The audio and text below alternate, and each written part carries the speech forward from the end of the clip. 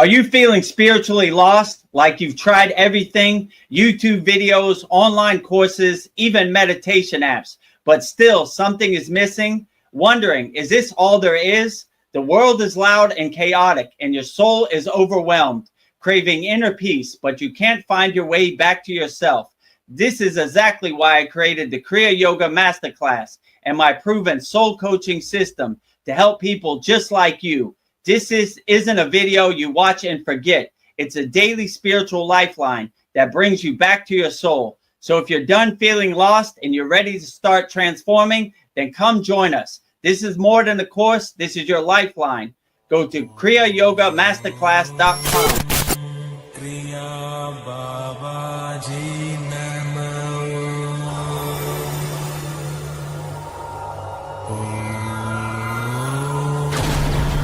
Kriya Babaji Namo.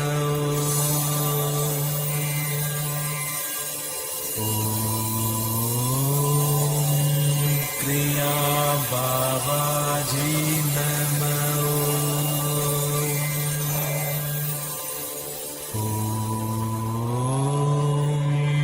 Kriya Babaji Namo.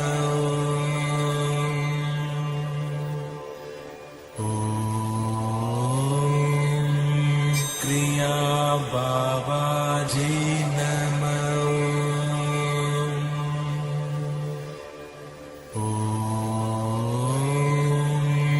Kriya Babaji Namo.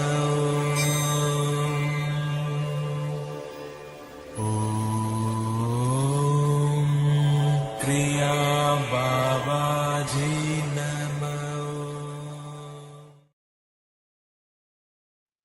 Welcome to our September 24th Vedgurudev's live Kriya Yoga Q&A Satsang. Today, we will be answering questions from the YouTube live stream, so make sure you put all your questions in the YouTube live stream. We'll be answering it wholeheartedly.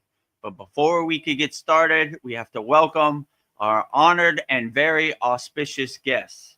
So I'll be saying the mantra for each of our honored, auspicious guests 3 times, starting with Goddess Lakshmi Devi, the goddess of infinite abundance, wealth, and prosperity. And I will say her mantra 3 times with love and devotion right now. Om Sharim Klim Lakshmi Narayana Biyam Namaha. Om Sharim Klim Lakshmi Narayana Biyam Namaha. Om Sharim Klim Lakshmi Narayana Biyam Namaha. Next to her, the highest of them all, Adi Yogi, the first yogi, Lord Shiva himself. And I will say his mantra 3 times with love and devotion also. Om Namah Shivaya. Om Namah Shivaya. Om Namah Shivaya. Next to Lord Shiva is Lord Ganesha, the remover of all obstacles, Lord of success. And I will say his mantra 3 times with love and devotion also. Om Gam Ganapataye Namaha. Om Gam Ganapataye Namaha. Om Gam Ganapataye Namaha. And in the front, the fountainhead of Kriya Yoga, the deathless, immortal Himalayan yogi, our beloved Satgurudeva, Babaji himself. And I will say Babaji's Mula mantra 3 times with love and devotion also. Om Kriya Babaji Namo.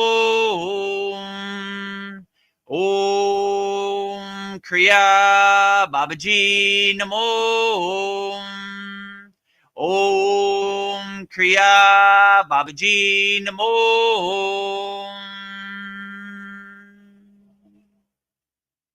Last but not least, the deathless, immortal Himalayan yogini, pure Kriya Yoga Shakti herself. And I would say Mataji's Mula mantra 3 times with love and devotion also. Om Kriya Mataji Namo. Om Kriya Mataji Namo. Om Kriya Mataji Namo.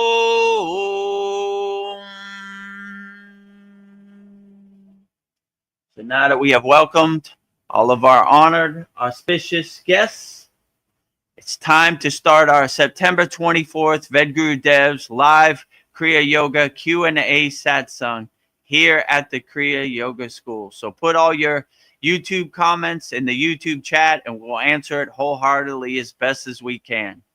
Namaste, Veronica. How are you doing today? Namaste. I'm doing great. I'm honored and thrilled to be here for yet another satsang. So we can talk about Kriya Yoga, everything under the sun spiritual or aliens or whatever rabbit holes we want to go into. So talk about this crazy Maya world we're all experiencing. So yes, happy and thrilled to be here. I can't believe I'm here for another one, but very thankful. Oh.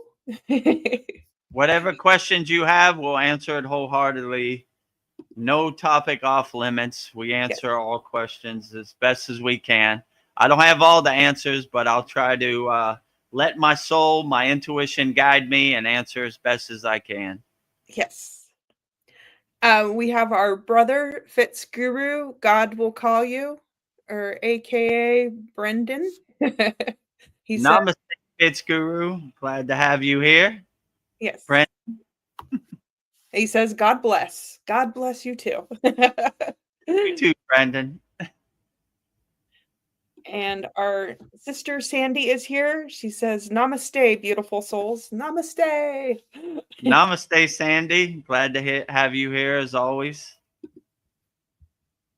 Oh. Fitzguru says, I wanted to ask, why are there deities and why don't people go straight to God? Oh. Well, we've answered this a couple times in previous soul talks or satsangs. So in yoga, they have what's called nirguna and saguna.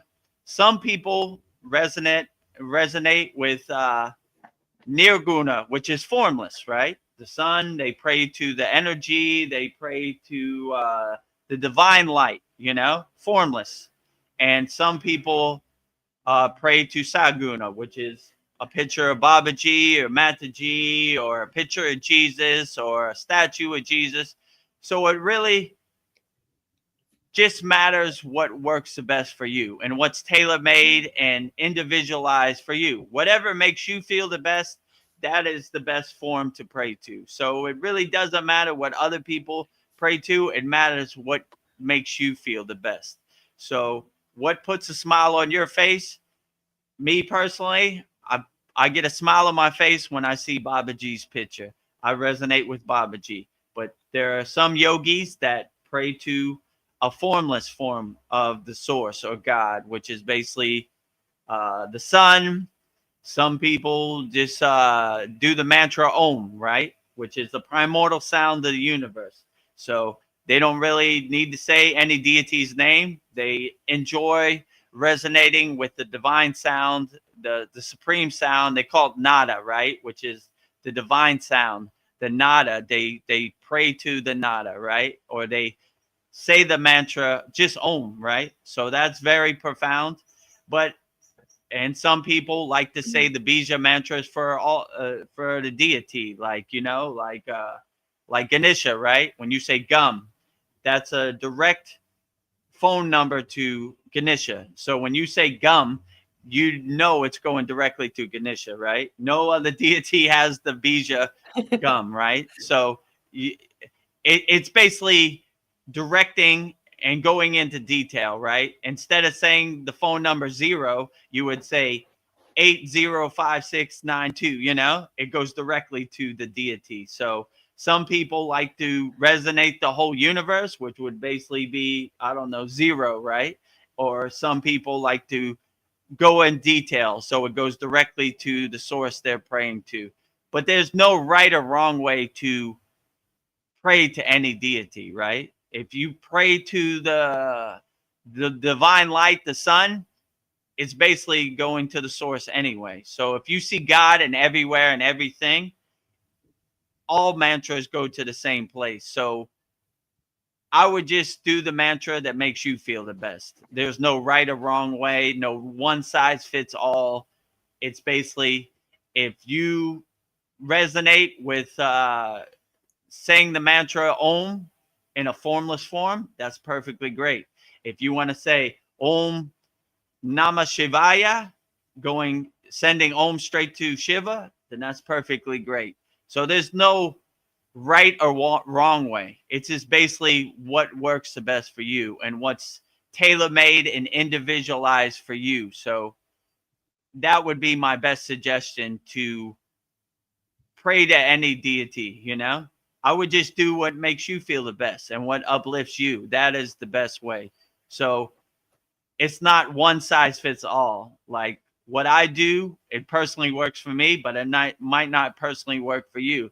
So it's your job to see what works best for you. That's why in our Kriya Yoga School, we give hundreds of Kriyas, go through them all, and which ones make you feel good, put them in your pocket and integrate it into your daily life and add it into your daily life.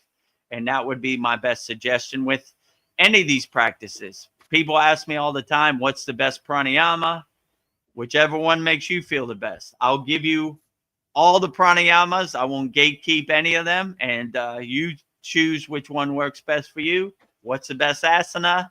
I'll give you all the asanas, and you choose which one makes you feel the best and gives you the most energy and gets you through the day.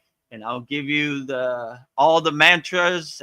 You pick which one works best for you, you know? So we have a buffet, a smorgasbord here at the Kriya Yoga School to give you many options. Because I've seen many other yogic programs, they give you one mantra a year. Well, what if that mantra doesn't work for you? Then you're stuck with a mantra you don't resonate with. So we try to give all mantras wholeheartedly, all asanas wholeheartedly, all pranayamas wholeheartedly, all meditations wholeheartedly, all bhakti wholeheartedly. So you could choose what works best for you, because it's not like one size fits all. So, you know, like, yeah. So I've seen other programs and they basically say, practice these 7 techniques forever. And then what if you don't like any of those 7 techniques? So I don't want, yoga should be fun and enjoyable. It shouldn't be like a chore, right? Like, I don't want anybody to get discouraged by yoga. So I try to give as many kriyas as I can wholeheartedly. So there has to be, out of 200-300 kriyas, there has to be a couple that resonate with you. And that's basically how I built my own sadhana. I learned thousands of kriyas, thousands of asanas, thousands of meditation. And I basically said, okay, these are the ones I like. And these are the ones I'm going to integrate into my daily practice. So maybe they work for other yogis, but these are the ones that work for me. So the reason I don't like other yogic programs, because they only give you 5 techniques and they say practice this the rest of your life. And you're like, what if I don't like these 5 techniques? What if they make me feel uncomfortable? So we try to give as many techniques as possible. So there's something for everybody, no matter where you're at on your spiritual journey. So back to the original question, I would just say, whichever deity makes you feel the best, that is the best deity. And if you feel great with a formless form of the source or God, then that's perfectly fine. Or if you feel better by visualizing a picture, then that's perfectly fine too. So there is no one size fits all. There's paths for everybody, you know, many paths to the mountaintop. Which path you take, that's up to you. But the path you take is always the best path. And yeah, so stay light on your toes and adjust. And, you know, maybe today you like Ganesh, maybe tomorrow you like Shiva. That's perfectly fine, you know? So I try to not be so rigid, like today I got to do Ganesha. I go wherever the wind takes me, you know? So if they say I start doing Ganesha and I start saying Shiva's mantra, I said maybe Shiva's today, right? So I adjust and stay light on my toes and pivot and change course and change direction accordingly. So it's not one size fits all. And whatever mantra you have today, maybe next month you change it. That's perfectly fine too. You don't have to go down with the ship. Stay light on your toes Yeah. and adjust accordingly. Let's see. Paul, he says, greetings. I'm here too. Yay. I'm glad you're here too. Greetings, Paul. Whatever question or whatever insights you have or experiences, put it in the YouTube chat. We'll answer it wholeheartedly also. And then we have Theophilopoulos Nicolatis. Oh, namaste, Theo Philophysis. He's from Greece. He's one of our members in our Kriya Yoga Masterclass. Oh, I thought that name looked familiar. Well, welcome. Welcome, Theophilus. He asks, do you believe that karma can be eliminated? Can it be eliminated 100%? Probably not. It's like your ego. You could, the kriyas, the practices we do is to dilute it or dissolve it as much as possible. But getting rid of it 100%, I don't know if that's possible, you know, but it's always kind of around. But the practices we do kind of burn our karma off and lower it as much as possible, you know, but it's always kind of around. I like when Krishna says in the Bhagavad Gita, your ego is always hiding behind that tree over there. So it's always kind of around, but the practices we do, we indirectly, by doing our sadhana, we burning our karma. So by doing the kriyas in our Kriya Yoga Masterclass, we're burning our karma away as much as possible. I always say I have a big trash mountain from all my incarnations and past lives. So I have enough karma to burn. So there's 3 different types of karma. They would say Sanchita karma, Agama karma, and Pradraha karma. So that's basically present day karma, future karma, and past karma. So if you don't create no karma in the present moment, you don't really have nothing to burn. If you don't, and when you don't create new karma, then you don't have future karma. So the real thing to do is to burn all your past incarnation karma. And the way we do that in Kriya Yoga, it's a byproduct by doing our sadhana. My guru used to say, just by doing your daily Kriya Yoga practice, whether it's asana, pranayama, or meditation, you're indirectly burning your karma. So that's basically how we dissolve our karma and burn our karma, by doing our sadhana wholeheartedly. And when we do our yogic practice, our sadhana wholeheartedly, the karma kind of dissipates and it lessens. But can you fully burn your karma? Probably not. You know, I would say it's still there a little bit, but our job as yogis or yoginis is to get it to such a low point. You know, most people, they're unaware of the concept of karma, so they don't even know what karma is. So they are caught in that karmic kind of hamster wheel, that karmic kind of loop. But just by being aware of what karma is, you're pretty much all the way home. You just got to do the inner work, and by doing your yogic daily practice, or just by not hurting people or harming people, you're not creating more karma. And by helping people and loving people, you're lessening your karma. So yeah, I would just say be the best person you could be. Don't hurt anybody. Don't create more karma.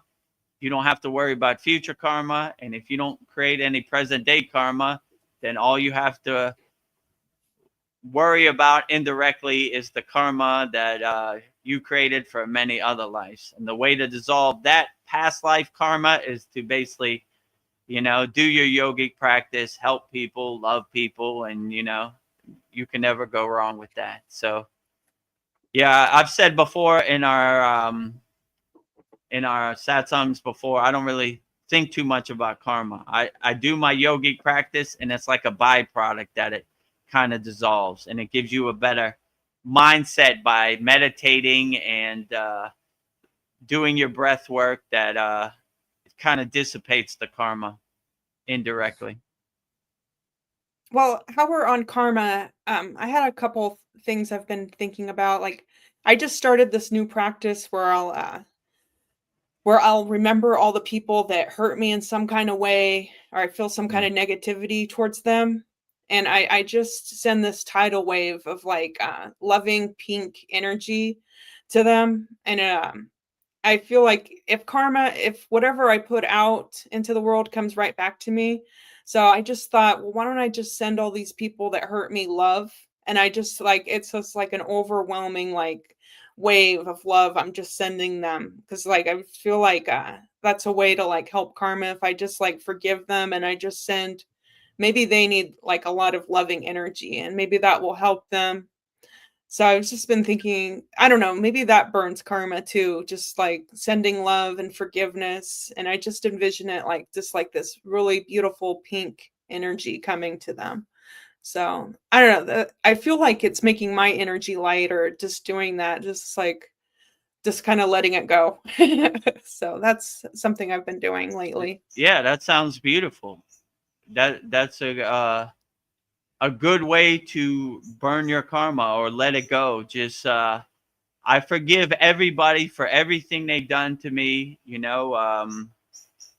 and I just let it go. Like I'm not attaching to it.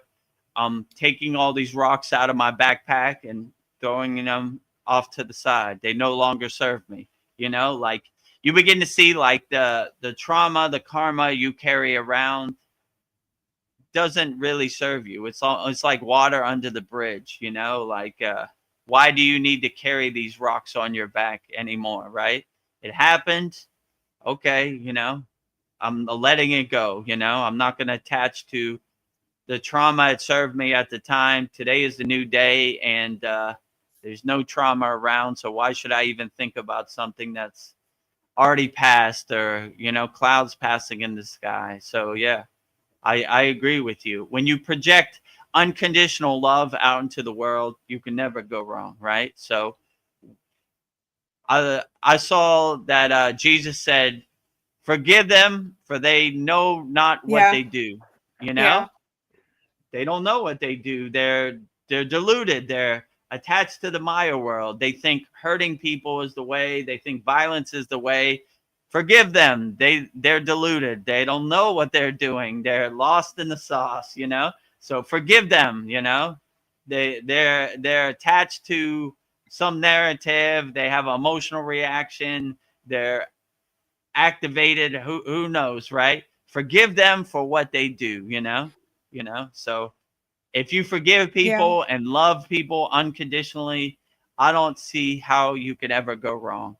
Always come from a place of love, not from a place of hate, right? So Yeah. as long as you're coming from a place of love, forgiveness, compassion, kindness, selfless service, helping people, you can never go wrong. If you're coming from a place of hate, violence, anger, then you need to do some self-reflection and go in the bathroom and look in the mirror, see how I could be better. So yeah, always come from a place of love and forgiveness, and forgive people, for they know not what they do. They're deluded, they're lost in the sauce, they're hypnotized by the narrative. So just learn from other people's mistakes. Like, I'm in control of my castle. I'm the king of my castle. I'm the queen of my castle. And no one can activate me or radicalize me or get me to do something I don't want to do, you know? And when you become self-aware or self-realized, when people say, you should go out there and hurt this child, you'll be like, no way. Why? There ain't enough money in the bank, right? So be that type of person, you know? When you're in a lower frequency, you're like, how much money is it? You know? So don't be on a lower frequency, no matter how much money they give you or what they tell you or what their ghost story is. Don't go down with their shit, you know? Like, no way I'm doing that. I'm on the spiritual path. I'm on the loving path. I'm helping people. I'm loving people. You know, forgiving people, you know? So, yeah. So forgive them, for they know not what they do. You know, they are lost in the sauce. They are deluded, you know, and just look at them like, this is not the way, right? This is not the way. This is not the way. This is not the people that hold up the white flag. They don't do this. Peace, harmony, love, you know, helping people, selfless service. This is the way. White flag. Hurting people, violence, murder, war. This is the black flag. So when you have that kind of detached witness perspective, you could kind of see the pieces on the chessboard. Like, nah, you know, I ain't doing that, you know. Hello, friend. Let me give you a good idea. Why don't you get up on the roof with the gun? And you know, I like, no, what? No, no. Get away. Devil's next to me, right? Get away, you know? Go away. Get out of here. Oh, dirty. I got to take a shower. Yeah, my soul is get dirty. Out of here. Right? Oh, God. Yeah, get away, you know? You know, who told you to come here? You know? We love people. We help people, you know? We love unconditionally. We have no place for that over here, right? I like when they say or my guru used to say, when God comes to your door, don't leave God out in the cold and rain. Let God in for your house for tea. If the ego or harm or whatever comes to your door, violence, leave it out in the cold and rain, you know? Get out of here, you know? Yeah. You're not welcome at my house with that fake ghost story, you know, your used car salesman approach, right? Hello, friend. Let me tell you a story about God. No thanks. I'm good. You know? I'm good. You know? You know what God wants? God wants you to go up on a roof and get a gun and what? God would never want that. Yeah, I don't want that. Not my perception of God. Right? You know, I don't know what God you're talking about too, but that ain't my God. Go away. Get out of here with that fake story, right? God's probably like, I never said that. Your energy is dirty. Taking the Lord's name in vain, right? You know, we talked about this before. That some people said of God, right? Can't be of God, because God would want peace, harmony, love, you know, helping people, you know. So if it's not, no matter what you call yourself, it's his words in the air, unless you show by action, right? You lead by example. So anybody not leading by example, you just be like, yeah, that's a cool story, bro, but I'm not buying it, right? Yeah. I'm of God. Prove it. Show me, you know? Well, if you give me $3,000, I'll show you I'm of God. No thanks. Doesn't sound like anything of God around here, you know? So I don't need you to show me. Take your snake oil and your Brooklyn Bridge and your fake ghost stories somewhere else, you know? Your I don't know what your late night infomercials. Take them somewhere else, right? Well, let me tell you, if you buy this package, and then I'll take you to God, and make sure when the collection plate comes around, you put some money in there, because I'm sending it to God. Yeah, sure. Yeah. What does God need money for? God has no use for your money. Right. Exactly. Right. You know, God doesn't care if you have a Cadillac or not, you know, so I don't know. You could start to see behind the veil and the curtain and the Wizard of Oz, you know, you just see, right? Like, so, but the best way to connect to God, in my opinion, is just help as many people as you can, being loving as you can. And yeah, that's my plan. I'm going to have a Santa Claus Christmas list of people I helped, Cue the sound effect, Veronica.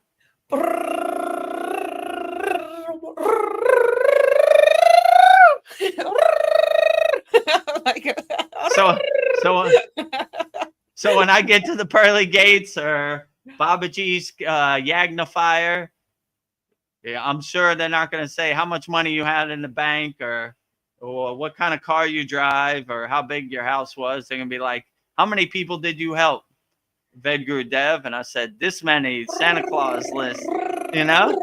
I said, this guy came prepared. He he understood the mission, you know? So Yes. that's basically my plan. So, yeah, help as many people, love as many people, and be kind to as many people as possible. And I don't see how you can go wrong. So,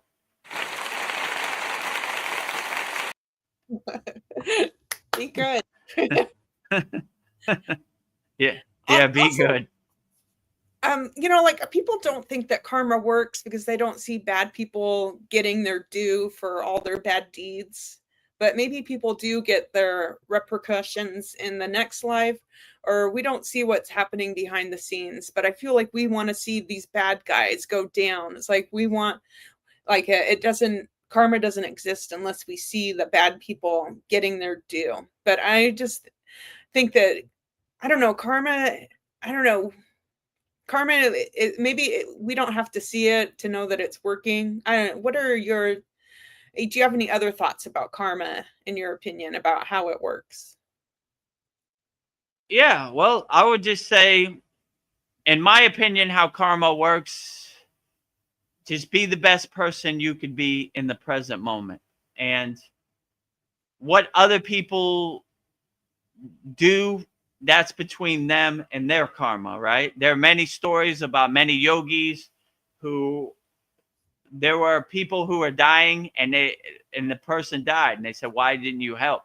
Because they didn't want their karma to become their karma, you know? So like, some people have to work through this life and navigate this minefield of life by themselves, right? And most people want the lightning path, the microwave path, but just be the best person you could be. Even if you're a bad person right now, tomorrow's a new day. Just learn from your mistakes. I'm a good example. You know, I did everything I could possibly do. I treated my body like an amusement park. I was on the wrong path. I got on Kriya Yoga. I changed course. I pivoted. I changed directions, and I help people. I try to answer questions wholeheartedly. I try to give people the practices of Kriya Yoga, helping people. So tomorrow's a new day. Even if you're on the wrong track, you can still do better. And other people wishing for other people's downfall, you know, just do your own inner work, and that's between them and God and their own karma, right? So they need to take care of that, you know, like, you know, I don't really worry too much about other people's karma. I have a super big landfill trash mountain of karma I need to burn, you know? So I got enough on my plate. So, you know, hopefully you figure it out, my friend, you know, but I got my own inner work and my own sadhana I got to do. So I'm not too worried about you, you know, but yeah, just, you know, that's other people for them to figure out, you know. They have to look at themselves in the mirror at the end of the night, you know, and if they don't like who's looking back at them, that's some inner work that they need to do to overcome who they are. But, you know, I don't know. I don't really think about other people's karma too much because I got enough on my plate in the present moment. Yeah, they need to do their inner work, you know, and you know, but most people are lazy. They like blaming other people. They like pointing at other people. Like, if karma's real, why did this person and they didn't get it? It's between them and God, you know. We don't know. I don't want their trash to become my trash. I'm staying out of that way, you know. Like, I you know, so they have to look at themselves in the mirror and they have to self-evaluate who they are. So I don't know. I wouldn't really Yeah. worry about other Yeah. people's karma too much. I would just yeah, let them figure it out. I mean, it's up to them to use their own discernment and their own discrimination and figure out what the real way is, or what works best for them. And Yeah. you know, I would just say helping people, loving people, being kind to people, you know, going out of your way to help as many people as possible. You really can't go wrong, you know? Yeah. Hurting people, stealing people's money, scamming people, not caring about other people, you know, pushing little children in front of a bus so you could buy a new boat. This is bad karma, you know? So don't make new karma. Dissolve your old past life karma, you know? So, but yeah, so if you help people, I don't see how you could really go wrong, you know? So help as many people as possible, and don't create new karma. And how do you create new karma? By hurting people, you know, or doing things you shouldn't. Boo! Sorry. This is not the way. This is not the way. You know, like, well, I hurt a lot of people. I stole a lot of people's money. I scammed a lot of people, but I got a new boat. This is Yeah. not the way, right? Not the You way. know, this yeah, you're not learning. You're going backwards. You're not going forward. So you know, yeah, that's what I would say. Well, Fitzguru, in response to the answer to his question about deities, he says, yeah, makes sense, but I know people pray and do rituals for Lakshmi, but they do it to receive certain qualities or blessings. Yeah. Yeah, I mean, when I pray to Lakshmi, you know, the goddess of wealth, prosperity, and abundance, I thank Lakshmi for the job she's doing, not for to get something in return. So most people pray for things, they come from a place of lack. But when I pray to Lakshmi, I come from a place of abundance. I'm satisfied, I'm content with everything I got. Thank you for the job you're doing. And I'm not doing a ritual in like a dualist perspective. I'm doing it in a oneness perspective. When I see Lakshmi, I see Lakshmi's reflection inside me as me. So I am Lakshmi. Lakshmi is me. I am Jesus. Jesus is me. Whatever deity I'm praying to, it's not in a dualist perspective. It's in a oneness perspective. So when I do my puja every morning, I give the flame to each deity. And the light of the deity and my light merge as one. So I see their light inside me as me. I am whichever deity I'm praying to, and that deity is me. So it's more in a oneness Kriya Yoga perspective, not in a dualist perspective. So when people see the worship or the rituals, they think it's like trying to tempt the deity. It, Mm. but in my to get something, get a reward or get a result. But in my perspective, it's basically an offering as a blessing, right? Keep up the good work. All the deities, all the ascended masters, all the spirit guides, the source, everybody, the sun, they're doing the greatest job of all. I surrender to you. I give an offering, not in a dualist perspective, as a oneness perspective. So if you see the deity as like a mirror and a reflection back at yourself, I am Lakshmi and Lakshmi is me, and you come from a place of not lack and abundance, and you harmonize your frequency with a place of abundance, you'd be surprised what will crystallize and come into reality. So that's the way I look at it. So it's not in like a dualist perspective, like, hello Lakshmi, I got some flowers for you. If you take my flowers, can I Give me please some win the money. lottery? You know, yeah, give me some money and some those beautiful gold coins you have around you. Can I have some, Yeah. please? I'm so poor and so lonely out here, and the world is so harsh. Can I please have a coin? So that's not how we pray to any of these deities. We don't come from a place of lack. We come from a place of abundance. And me personally, when I pray to any deity, I pray as thanking them for the job they're doing. They're doing all the heavy lifting. Keep up the good work, you know? So, yeah, I'm not really in my personal sadhana or my personal puja. I'm not asking Lakshmi for anything, you know? Keep up the good work, you know? Yeah. So that's kind of how I pray to it, you know, from a place of abundance and contentment and satisfaction, not from a place of lack or need or, you know, desire. So that's how, I mean, I would suggest to pray to any deity. So you're doing the best job out of all. Keep up the good work, you know? What I need, I'm good. You've already exceeded my expectations in this life. Keep up the good work. So I've said before, many of these deities, I tell them not to come. People need your assistance way more than me. I'm good, you know? I'm doing my sadhana. I'm doing everything good, you know?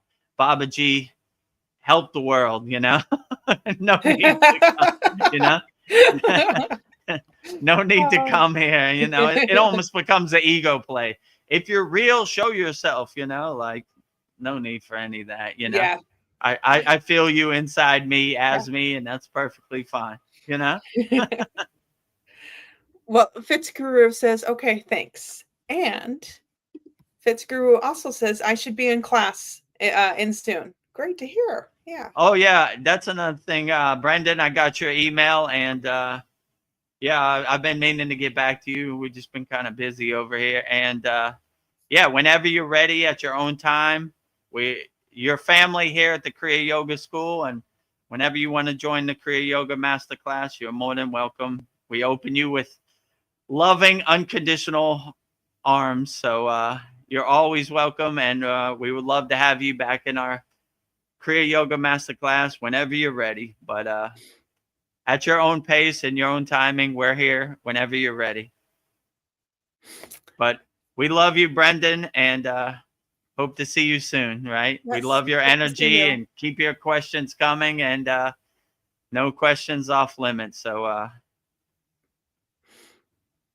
whenever you're ready. Yeah. I like your new name, Fitzguru. God will call you. Very powerful. God would definitely call you for sure. In my case, Babaji, God, however you want to define it, called me for sure. None of this would be possible. So I take no credit for it. All the glory to God. He's doing all the heavy lifting. He's doing the best job out of all. What am I doing? Nothing. Saying a few things on the live stream and delivering Babaji's mail. and the grand scheme of things, nothing. Oh, you know, I don't know. I guess I'm a good water. I'm delivering a lot of mail. I'm getting God his water, you know, before he scores the goal, right? God, you need some water? Get out there and score the goal, right? You're doing the best, right? I guess I'm gonna hold up the trophy when we win anyway. Even if I'm the water boy or sitting on the bench, I still hold up the trophy. So yeah, we won, right? God is the champion, right? So yes. After God takes all the pictures and holds up the trophy, when all the confetti comes down, I hold it up and take one. We won. We won. Woohoo! Boy, up the trophy. So I'm the water boy on the football team. So yeah, I'm the mailman, the postman, whatever you want to call it. The real letter comes from God, you know. So I take no credit for any of these stream of consciousness. I'm just trying to keep my crown open and my signal clear, so it's not staticky. And whenever God sends me a message, I deliver the mail. Beautiful. Sandy has 3 comments, but they're all packaged in one, so I'll go through them and hear your insight on it. Sandy says, individualized learning is the bee's knees. I'm a former special education assistant and teacher, Students of various grades and levels love when given an opportunity to choose their own adventures. Ah, that sounds beautiful. Yeah, I Yeah. would agree. Like the spiritual path isn't like a one size fits all path. When you take the spiritual adventure challenge, you take it up, then you'd be surprised where it could take you. I'm living proof of that. I'm a good example of that. Like all I did was just surrender to the path. Like, all right, well, let's see where this takes us. And maybe these practices work for other yogis. They don't really work for me, but I'm going to find what's personalized, individualized, and tailor made for me. And it's a great adventure. So I don't look at practicing Kriya yoga, asanas, pranayama, meditation as like work. I look at it as a beautiful, blissful challenge every morning. I jump out of bed like, woohoo, today is the plow pose. I can't wait to put those knees next to my ear and my toes over my head. And, I'm so excited. I'm going to put my body in the best pretzel I can today in these asanas, So, I jump out of bed and I look forward to it. Yeah. So I'm open to the challenge and I'm open to the adventure, So anytime you look at the spiritual path as a great adventure, then you can never go wrong. Yeah. And it's your own personalized adventure. It's your own personalized challenge. And, what's better than that? You don't have to collectively go the same route as everybody else. You carve your own way. You clear your own path. So once you have your own path, it's a beautiful, blissful adventure every day. So I can't wait to do Kriya yoga. When I go out into the Maya delusional world, I miss my meditation cushion. I was like, hurry up. I want to get back to my meditation cushion. This Maya delusional world is overwhelming, right? Pulling me in all directions and traffic and chaos. And I can't wait to get back to my sacred garden, Yes. my sacred sanctuary. Yes. Go back to my happy place inside me as me. So so I agree. When you have that right mindset and that right perspective that every day is a spiritual adventure, then you wake up with a big smile on your face and you can never go wrong, right? You can't Yes. wait for the adventure, right? Yeah, you're counting the hours, right? Hurry up, sleep so I could get to my adventure, right? Peace and Tomorrow's a new day. tranquility. My peace and tranquility, my sacred garden adventure, Well, Paul, he says, I like the ones that rhyme personally, LOL. This is when we were talking about deities and mantras we pray to. Oh, yeah. Yeah. And Sandy said the bee's knees, right? So that Yeah. rhymes too. Every once in a while we get a good zinger, right? The bee's knees, right? I'm going to put that in my pocket also. That's a good one. The bee's knees. So, The bee's knees. Yeah, the ones that rhyme too kind of roll off your tongue and, they,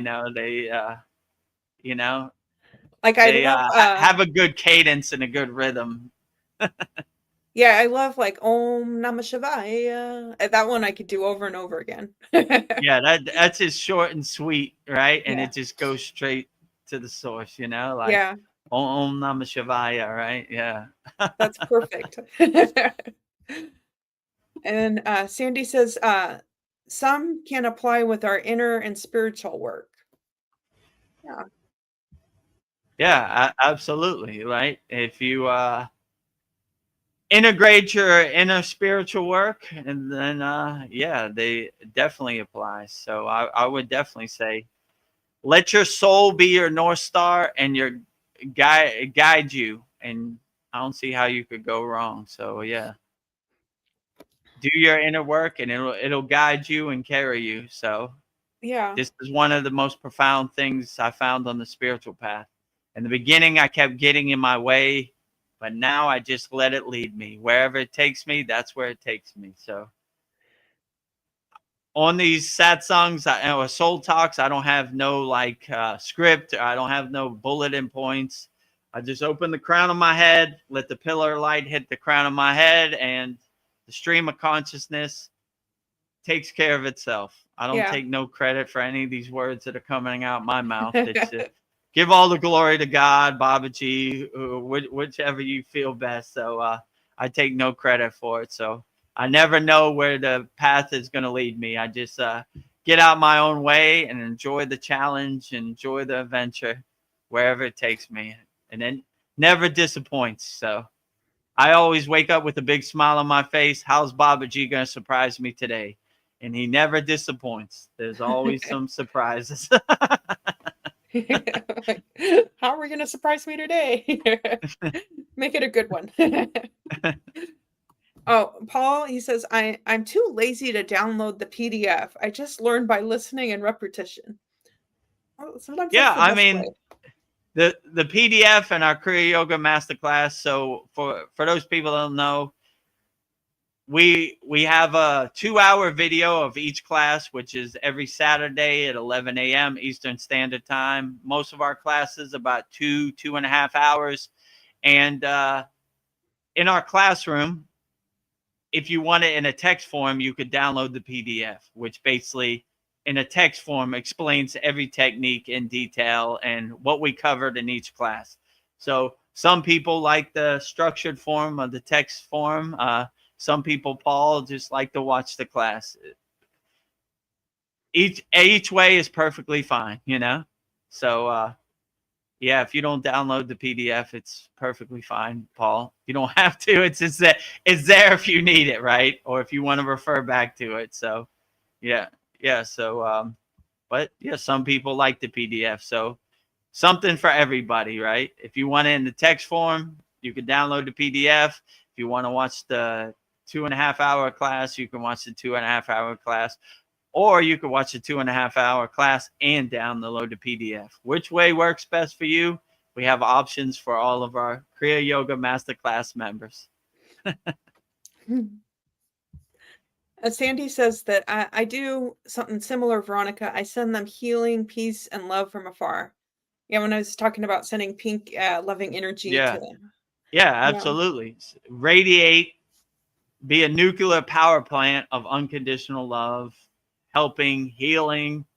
You can never go wrong, you know? So in our Kriya Yoga school, we have a very profound healing mantra, which I say, and we send healing energy, transmuting healing energy to all of our Kriya Yoga School Masterclass members, friends, family, loved ones, children, everybody out there. We're transmuting it as much as possible. So become a radio antenna vibrating, you're transmuting the unconditional love, the divine signal, and or become a nuclear power plant radiating the divine sound, the unconditional love, unconditional healing, sending it out to the universe. So Yeah. that's what we try to do. So sending peace out to the universe. That's our Shanti mantra, sending peace and love to all people all around the world. So we're always trying to transmute as much positive energy to as many people as possible. Yeah, the ego is sneaky because I'll like, I think I'm fine, and then I'll have a memory of like a past supervisor humiliating me, and then everybody laughing at me, and I can feel myself getting hot and red. But I've been doing like the Patanjali's 9 emotional release techniques, and that helps too, Yeah. and sending love to people. But it's just like that happened 5 years ago, but it could feel like it's happening right now. I'm like, but I can I let it go? Yes. I don't need this. Like, I mean, people out here in the Maya delusional world, they're gross and dirty. They're going to try to hit you below the belt. They're going to try to yeah, get under your skin and dance around, you know. Once you understand that this is how the Maya delusional world hurt people, right? So by you holding on to it, you're kind of poisoning yourself. Just let it yeah. go. Let it go. Water under the bridge. I ate a cheeseburger 10 years ago. Clouds passing in the sky, water under the bridge. You know, I only stay fixed and anchored in the present moment, right? What happened a long time ago, it no longer serves me. You know, I can't go back in time and a time machine and change it. It happened the way it happened, you know, but I'm not going to let it poison or heat up my blood or get me angry today, you know. It happened, you know, I learned from it. I learned that people are gross and dirty out here, and they say bad things and they try to hurt you, and you know, so I don't let them hurt me no longer. I'm a Yeah. free bird, you know. I don't want to be in your cage, and your sticks and stones don't hurt me no more, right? Yeah. You know.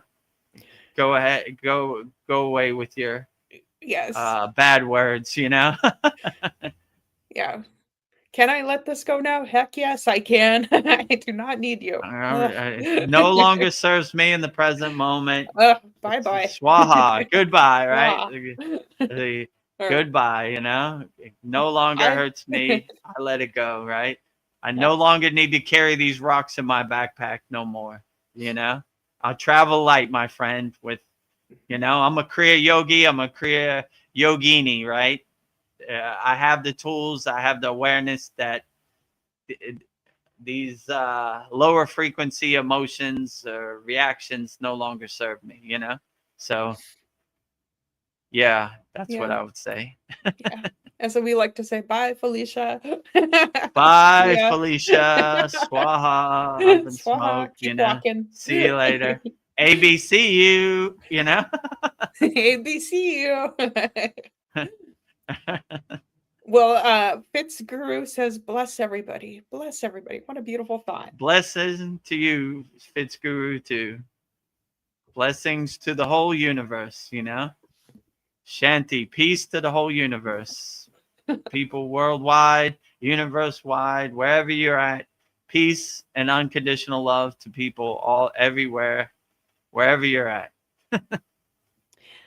Well, Theophilus Nicolatus, he has a very good question. He asks, is the Kundalini energy connected to our karma? That's a great question.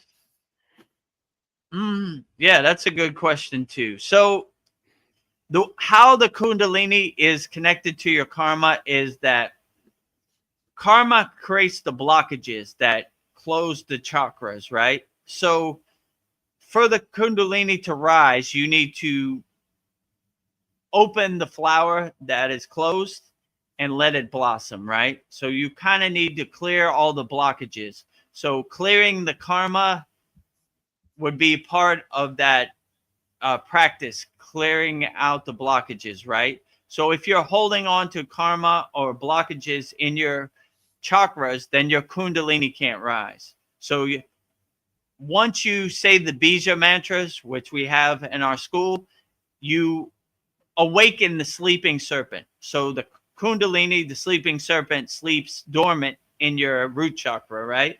So when you start to activate it through the bija mantras, you have to clear all the blockages in all 7 of your chakras so it can rise smoothly and gently.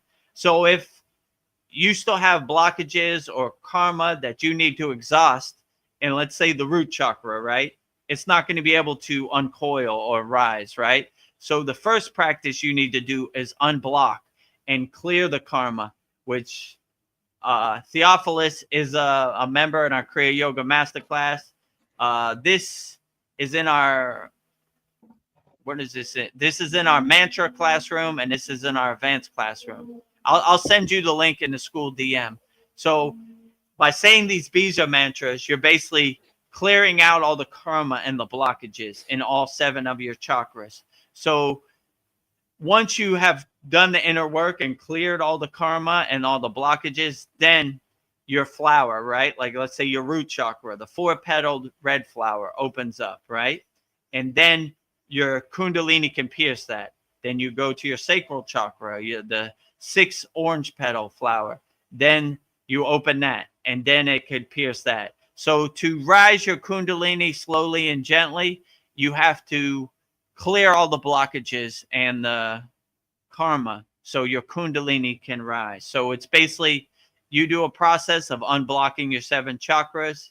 And if you don't know how to do that, like I said, I'll send you the classroom, the bija mantras, the sound syllables to open your flower or, you know, unblock your chakra. And then once your chakras are unblocked, then your kundalini can rise smoothly and gently, right? It pierces all 7 of the chakras. But if your flower is closed or your wheel is closed, then it has a hard time blocking it, rising. So if you want to rise your kundalini smoothly and gently, I would suggest unblocking all 7 of your chakras. And I'll send you the classroom for this in the school DM, so you can have it. And yeah, but that's how karma coincides with the kundalini, in my opinion, right? I would clear out all the blockages and all the karma as much as you can before you try to rise your kundalini. And yeah, we have a good process for this. So smoothly and gently, and it's one of our class favorites from our members, right? Unblocking It's the one of 7 my chakras. favorites. Yeah, I like it too. It really let your kundalini be free flowing, right? And it's a good visualization, and the bija mantras are really direct, like these are the actual bija mantras that were given to me in the Himalayan mountains. These are the actual bija mantras that they do, so Nice. It comes from the source. There's a lot of misinformation on the internet, bija. I've seen all kinds of different bija mantras, and I'm like, nah, right? They're like, the bija mantra for the root chakra is what? Or the bija mantra is poo poo poo poo, like what? So this comes from the source, and I would just say try it out, test it, and observe it and see how it makes you feel. But yeah, I like it. So that's to make a long story short, that's how karma is coincided with the kundalini. It's basically the trash you need to take out to the curb before the kundalini can rise smoothly and gently. I would say. So yeah, clear all those blockages. Some people it takes a little longer. I know in my case it took me a couple months, but just keep doing it and you'll keep clearing it out, and kind of have the visualization of like smoke coming out each flower, right? You're burning it out, So the bija mantra and the unblocking the 7 chakras really help with this.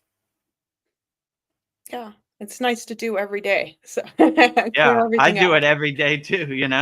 It's good to unblock your 7 chakras. It really jumpstarts your day and help carry you through the day for sure, right? And it makes you more light. You don't have baggage to carry, right? You've done the inner work, and you're light on your toes throughout the day. You feel light. So yeah, I would suggest, if you have time, unblocking your 7 chakras. That's a good practice to have daily before you go to work or go out into the Maya delusional world. Yeah, I remember when I was researching my chakra painting, and I messaged you. I'm like, these bija sounds are different on the internet than yours, and you're like, those are internet yogis. Those aren't real yogis. Like, I'm like, okay. I mean, YouTube is a war zone of basically, misinformation. So I don't know. That's actually why I started the Kriya Yoga School. I just saw so much junk out there and so many so-called experts, and let me tell you what the Himalayan yogis are doing, and this is how they breathe, and this. I was like, what? All right, So we give it to you straight, Like, I'm not gonna try to gatekeep it or anything, So yeah, there, if you want the real, just join our Kriya Yoga Masterclass. Well, you won't be sorry, and just try it out for a month. If it doesn't resonate with you, then it's fine, but at least you have some knowledge. So it'd be money back guarantee. It's worth the price of admission, I would definitely say. Just this unblocking the 7 chakras is worth the price of admission. And you carry these lifelong tools with you forever, so it's a beautiful thing. Yeah, save yourself some time. That's what I say. Well, Sandy says peace, love, light, and freedom for all. Yes, every day. Absolutely. Oh, need more of that. Peace, love, light, and freedom for all. Paul says, also, could you tell me again what the last part of the Om Shanti Shanti mantra means? I was able to easily learn it because it rhymes. Yeah, so the Shanti Universal Peace Mantra is basically giving praise to all spiritual traditions by saying peace in all languages, right? So Shanti means peace, right? So anytime you say, oh, so I'll say it and then I'll break it down. Om Shanti, Shanti, Shanti, Shalom, Sat Nam, Sadhu, Tao, Om Spirit, Swami, Kami, Amen, Amen. Omen Selah Home. Om.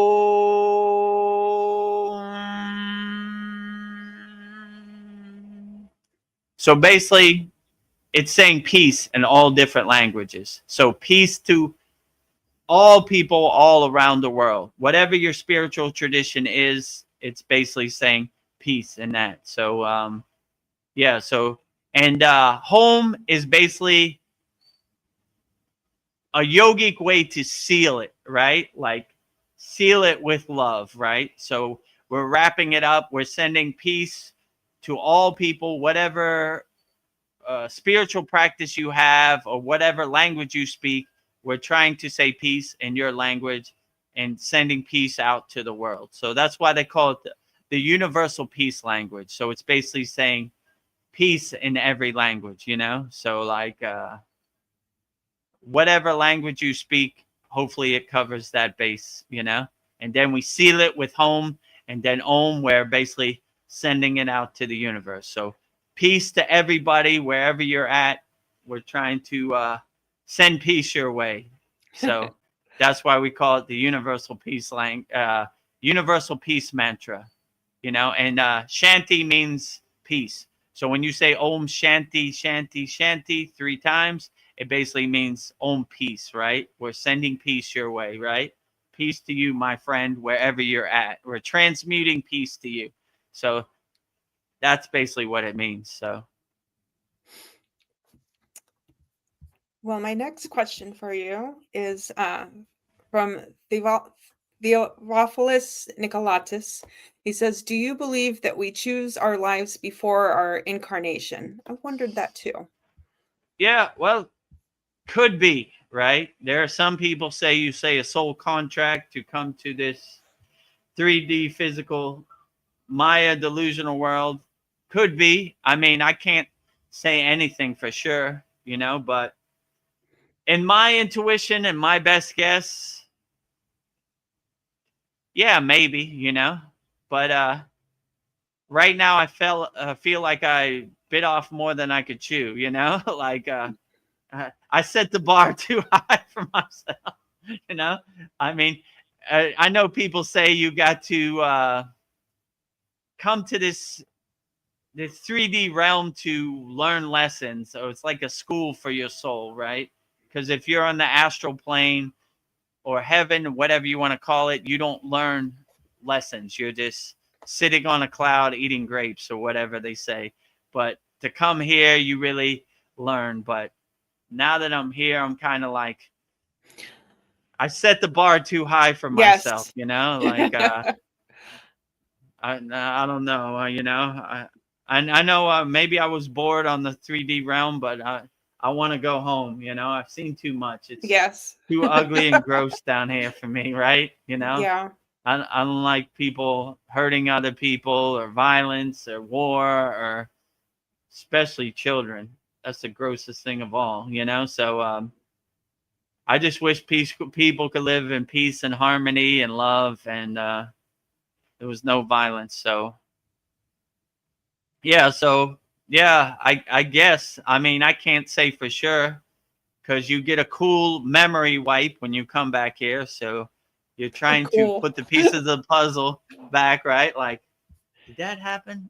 Why do I feel like I've been here before? You know, I've been getting a lot of like deja vu. Like, I've lived this before. I've done this before, you know, like, so like, I don't know, you know, so, but I kind of understand the memory wipe, but I wish not, you know, because if you knew who you truly were, you probably wouldn't evolve or grow as much as you could. I mean, so-called, but I don't know. You know, I'd prefer the lightning path. I'd prefer not to go the hard road and take the bumps, you know. All right, I'm gonna try to help as many people, love as many people, and all this other stuff we don't need to worry about, you know. Yeah. So I don't know why it's set up the way it's set up, or you know, I'm just kind of guessing because I'm trying to feel my way around the dark and make sense of it all too, you know. And sometimes I'm like, can't really be made sense of, you know. Most yogis or Buddhists, they say it's all Maya, so it's all delusion. They don't try to make sense of it. They're like, it's all delusion. So I don't know. Yeah, it could be, you know. You could be you chose this soul contract and you're living out your soul contract, and yeah, but the hard part is you get a memory wipe and you don't remember your true inner potential. So it took me a long time to get on the spiritual path, over 40 years of my life. So I wish the path was a lot easier and a lot less headaches, but I don't know. I'm just guessing at this point. So Yeah. who knows, you know? It could be, it couldn't be. I'm not sure, right? But I got a cool memory wipe when I came to this life, so It's hard to know.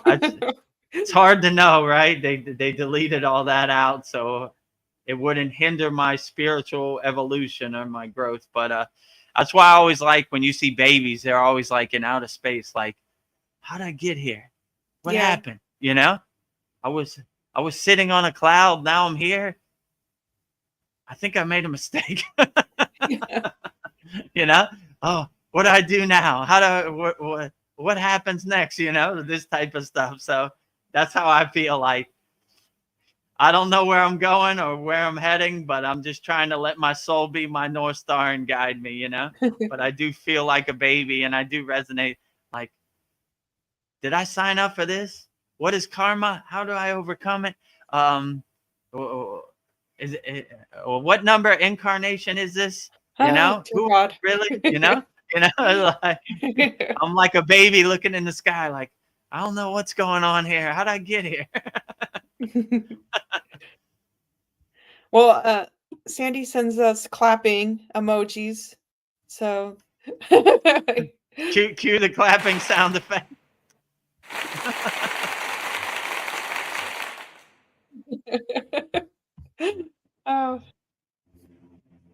Oh, then when I told Fitzguru I liked his name, God will call you.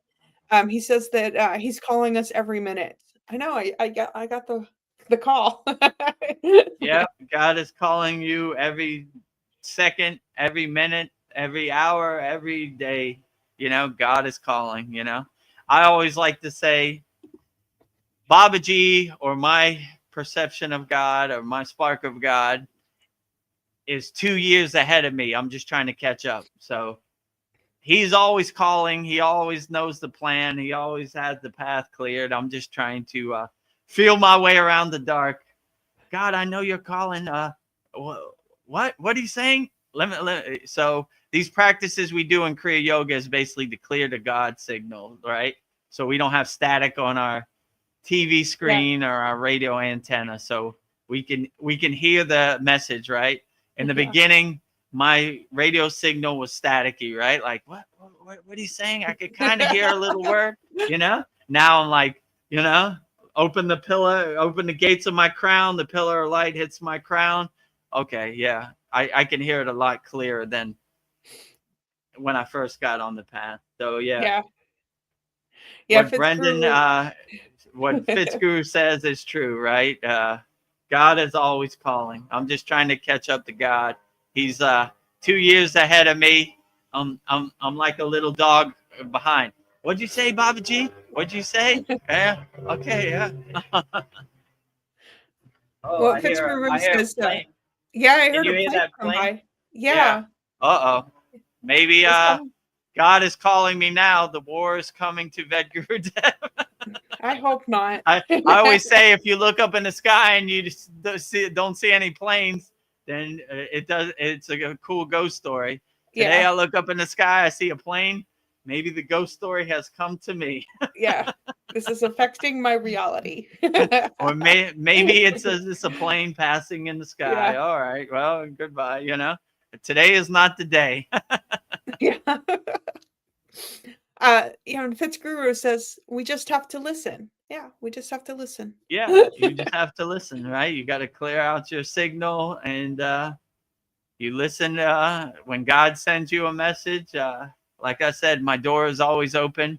My welcome mat is always ready for God, and I do the inner work, and I clean my house, and I clean my temple. So if God gives me an audience, I stay ready so I don't have to get ready. So I'm always ready for God whenever He's ready, at His own time, And Sandy says, "Do you understand the words coming out of my mouth?" I'm trying to listen. I'm keeping my my pillar open. Yeah, that's true too, right? Like when I have some darshans, they're like, listen, I'm gonna make it as clear as possible, short and sweet, right? These light beings are not. Here comes the plane again. Oh, Yeah. maybe What's my going day has on? come. 2 in a row, It's like if you watch the Soul Talks, they're seeing I'm doing a live stream. These cool Yeah. Thai motorbike guys, they rev it up or they honk or whatever, Yeah. right? Now the plane is like, Vedagurudev sharing some high wisdom. Let me Send the make planes. another pass, right? Send the planes. Make another. Yeah. We got to interrupt the signal. So Bring it on. bring it on. That's the best you got. So, yeah. So, yeah. These deities, the practices we do in Kriya Yoga is to basically do that. We're clearing out our signal. We're unblocking our chakras. We're aligning ourselves. We're centering ourselves. So when we get the divine signal, we hear the words that are coming out their mouth clearly, right? And we understand it, right? And we're ready for it, to accept it, to absorb it, and not in a fear-based state where I hear the calling, I accept it. So they're not, in my experience, they're not much for words. Well, even the words are telepathic, let's say it like that. So it's not like physical words that you hear in the physical. It's a more internal darshan, or more internal words, and short and sweet and short to the point, And that's what I had to realize too. So sometimes I had to get out of my own way, and let the signal come to me. I don't, okay, let my monkey mind process this as best as I can, So it's some deep and profound thoughts. So yeah, if you have an audience of the AA, the archangels, then listen clearly, right? Theophilus Nicolatis, he says, thank you for answering all his questions. Yeah, if you have any other questions, put in the YouTube chat. We'll answer them all wholeheartedly. Thank you for being a member of our Kriya Yoga Masterclass. Whatever questions you have, give it to me wholeheartedly. And then Sandy, she sends me another word thing, BRB. I had to look that up. Be right back. And last week she sent FTW for the win. So I'm learning so much. Oh yeah. We're learning teenage shortened abbreviations, text messages.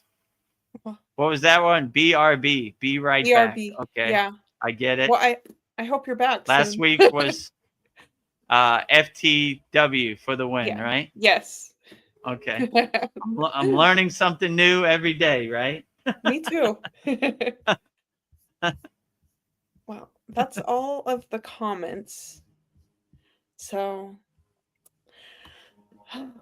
what okay, what am I'm thinking about creativity, like a big thing. So, like, how does one learn about their soul? And the answer I was thinking was like, what if all we need to do is like create art? Like, art can come in many forms. It's not just being an artist, making paintings. It can be being a great speaker, having the words inside you to inspire. I mean, creating your own YouTube channel, doing makeup tutorials. You're just making something. And I was thinking, like, I don't know, it's just like being curious, exploring new ideas, and you just slow down and observe the details in your surroundings and find the beauty in the every day. I already know that there's going to be people that were like, I'm not creative, but I think like the human soul, there's something inside of us that just wants to like make things, create things. And I was, like, I know people will say, "Well, that's silly, that's a waste of time," but I think that that's important for humans to, like, make things. I feel like that's the happiest is when I'm, like, creating things. I Mm. feel like I get closer to my soul when I'm, like, making things. So, I don't know, and I think that, like, we like, when we make something, we wanna share it, we wanna inspire people. So, I don't know, that was, like, one thought I had about creativity. So, any thoughts Yeah. you had on So that? if you want to enhance your creativity, your throat chakra, which is called your Vasuddhi, which is a 16 blue petal, you say the Bija mantra for that, which is basically hum, right? So it helps open your throat chakra and give you the creativity for like speaking. And yeah, we just did a mantra Monday before this satsang, which is Goddess Saraswati, and Goddess Yeah. Saraswati is the muse. So she basically gives you the wisdom, gives you the creativity. As you see, she's holding a sitar, like a Indian guitar, in her hand. She's creating music. She's creating knowledge. She's the muse. So when you call upon the muse, you'd be surprised of what you could create. So anytime you want to have supreme creativity, open your throat chakra, your Vasuddhi, or call on Goddess Saraswati Devi. And this Mantra Monday, we will do 108 Raksha beads, one mala of Goddess Saraswati, which basically she is the muse.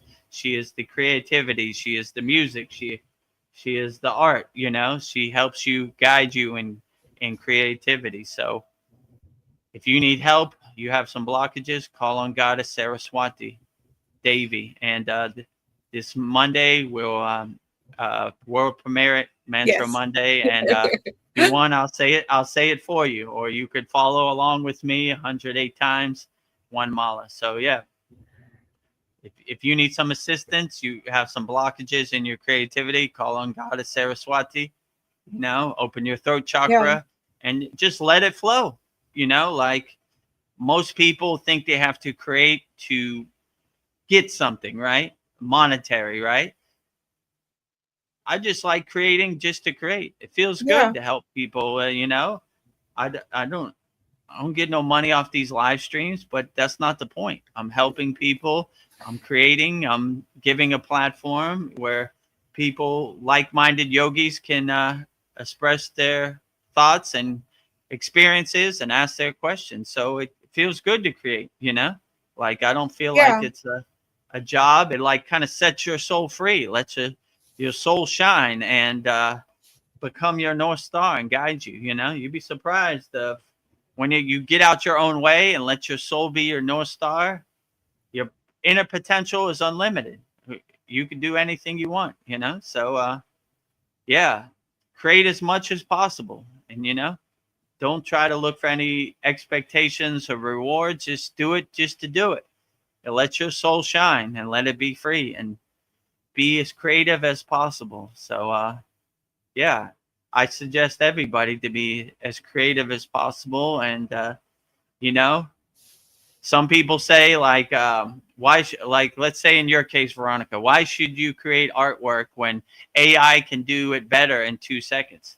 That's not the point. I create artwork because it lets my soul shine, right? I'm Yeah, giving my not gift to the soulless. world, you know? Oh, yeah. You know, Like, that's just a bunch of ones and zeros. It's not soulful, right? I'm pouring out my heart. I'm pouring my soul into this painting, and it's beautiful, you know? So, yeah.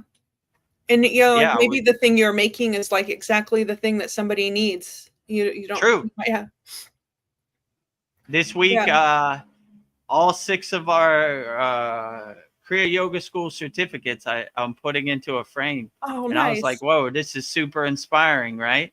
And yeah, hopefully in a week or two when you come to our class, I mean, people, some people on here can't see it, but it'll be in the background. So you could see all 6 of our certificates. And I was like, whoa, this is super inspiring, right? Like the 7 chakras, Babaji, the divine union between Shiva and Shakti, Lord Ganesha, Shanmukhi Mudra, um, the Sri Yantra. So yeah, Yeah. I like it, you know. So yeah, I am inspired by, you know, Veronica's artwork. And when you come to our Saturday class, you could see the painting that she made for the Yagna for Guru Purnima. So I collect all Veronica's artwork Yeah. and all of our students' artwork. It's It's growing and super growing. inspiring. It's growing and growing, right? Well, it inspires me just I'll look come in my room. It's just like I just kind of like a meditation, just looking at all my paintings. It's just like, wow, it's like a gift that Yeah, keeps on giving. it's the gift that keeps on giving. And yeah, on our Kriya Yoga YouTube channel right here at Vedagurudev, about a week ago we had a video of Veronica's divine spiritual artwork where she talks about all her spiritual artwork. So that's a good video to watch. I recommend it to everybody. Yeah, and also I think when you're in the act of creating something, anything, you are a god. I think Mm. God is a you know, like we're all sparks of God. Like, I don't know, when you're creating, you are a God. And I think there's something inside each and every one of us that needs to be released. Like there's a bird inside of us and it just needs to come out. And we all Mm. have a song inside of us. And it just, I think it's like we owe it to our soul, whatever's inside of us, we just need to let it out. Because I feel like when people die, it's like they think about all the regrets. It's like, I should have done that thing. I should have made that thing. There's something inside of us that needs to come out. And I think maybe that's how we get in touch with our, you know, like I want to know my soul. And maybe that's how you do it, is just by getting out of your way and just making it. And it doesn't need to be perfect. Just do it. Don't overthink it. But I think we think it's silly, or we get ashamed of like this thing that we want to make. But I think if that's a thought in your head, maybe you should make it, whatever it is. It doesn't have to be Yeah, art. let your soul shine, you know? And it feels good to let your soul shine and clear the way and create. Yeah. It feels outstanding, you know? So I encourage everybody to do it. Don't have any expectations or think of rewards or how much money I'll get from doing this. Just do it to do it. You Yeah. can never go wrong. Just do it because it makes your soul feel great, right? Don't let your soul be caged up. Let it shine, you know? So let your soul be your North Star, and whatever your soul tells you, follow your soul and it will never lead you wrong. So yeah, I would definitely let your soul shine. Bring your soul to the forefront. Bring all the junk to the Yeah. background. No longer serve you. Let your soul be your North Star, Yeah. your Let it guiding go. light. Let it go. Be a free bird, right? Fly. Don't overthink it. Just create to create, you know?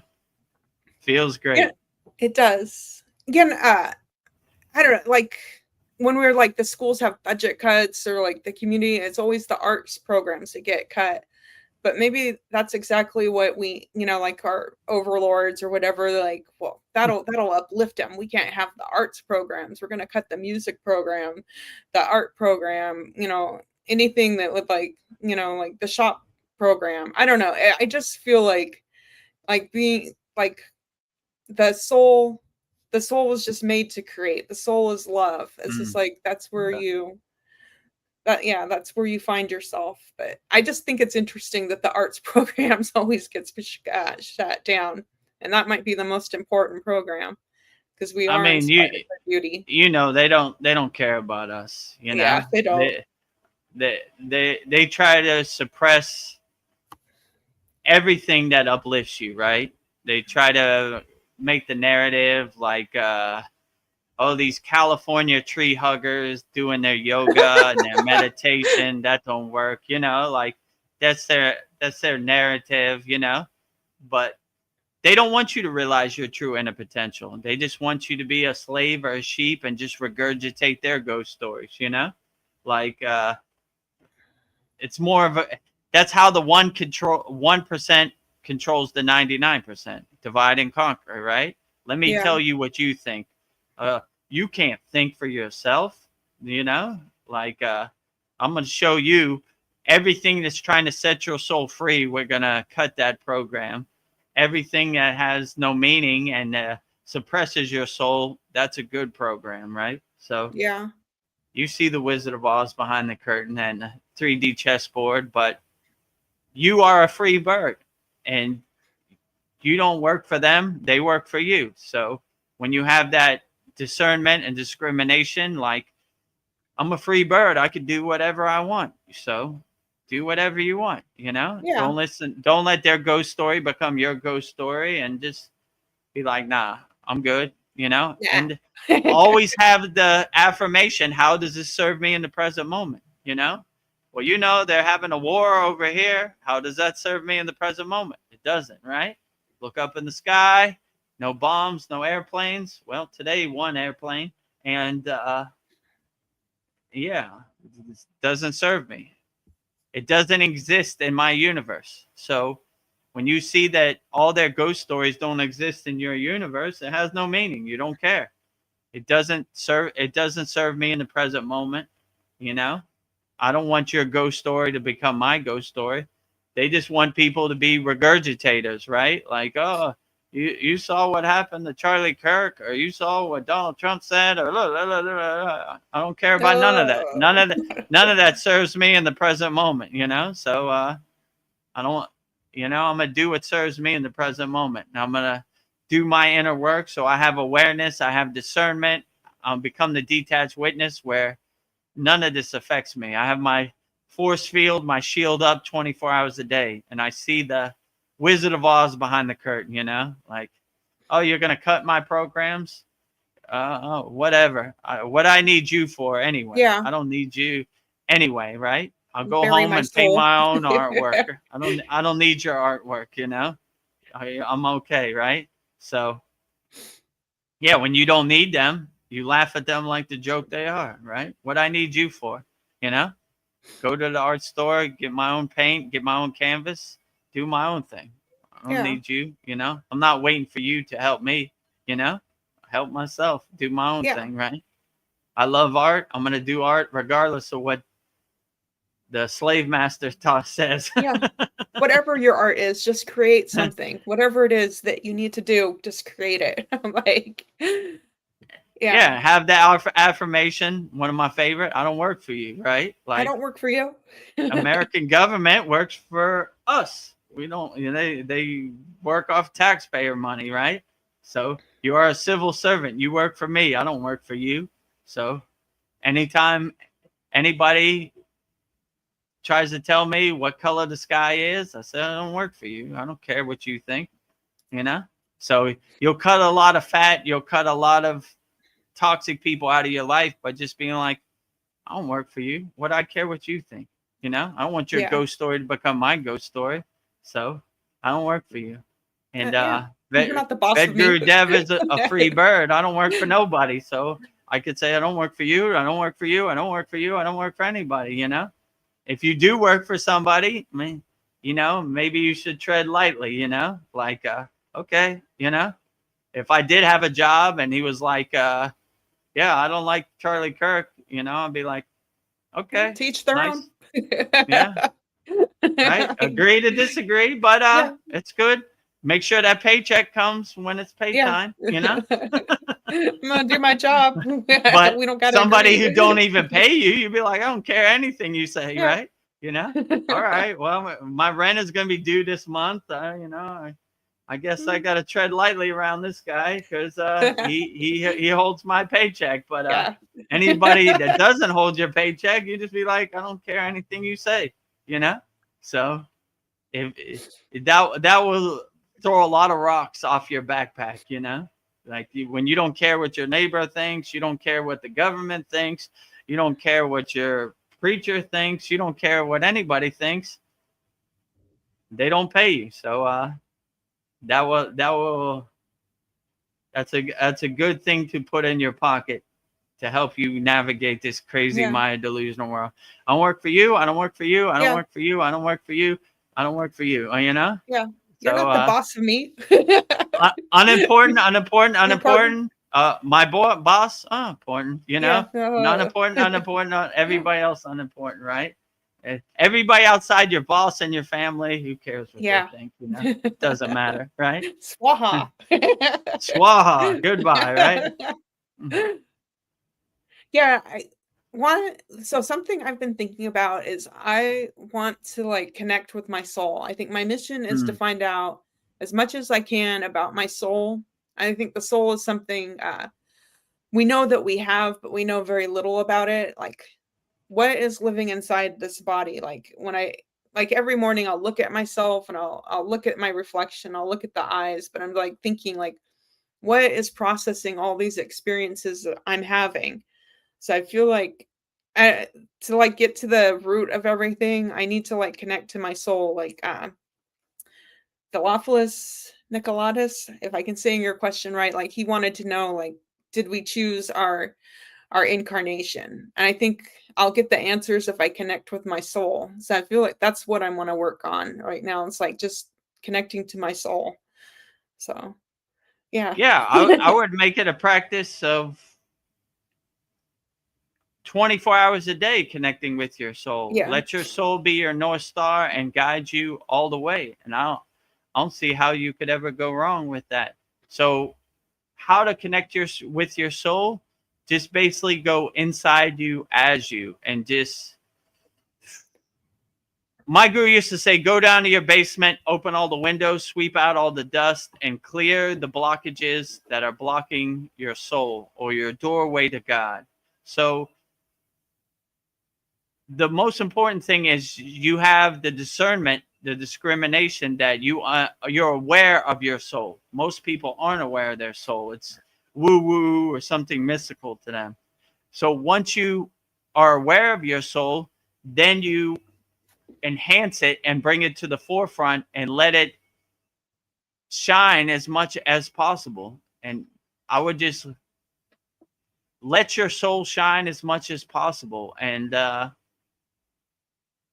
basically, when you have that awareness that your soul is your guiding light, your North Star, then you bring it to the forefront and bring everything to the background. Yeah. Everything that's been blocking your soul, and just be like Iron Man with that light in his chest and just let it shine, you know, let it guide him wherever he needs to go, you know? So do everything soul based. I wouldn't do anything that isn't soul based. I would do everything. I would, Yes.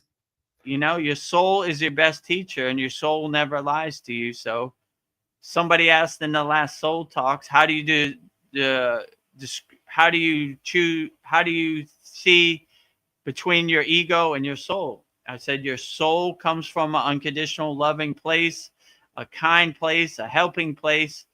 Your ego comes from a more I, mine, myself, me place, you know?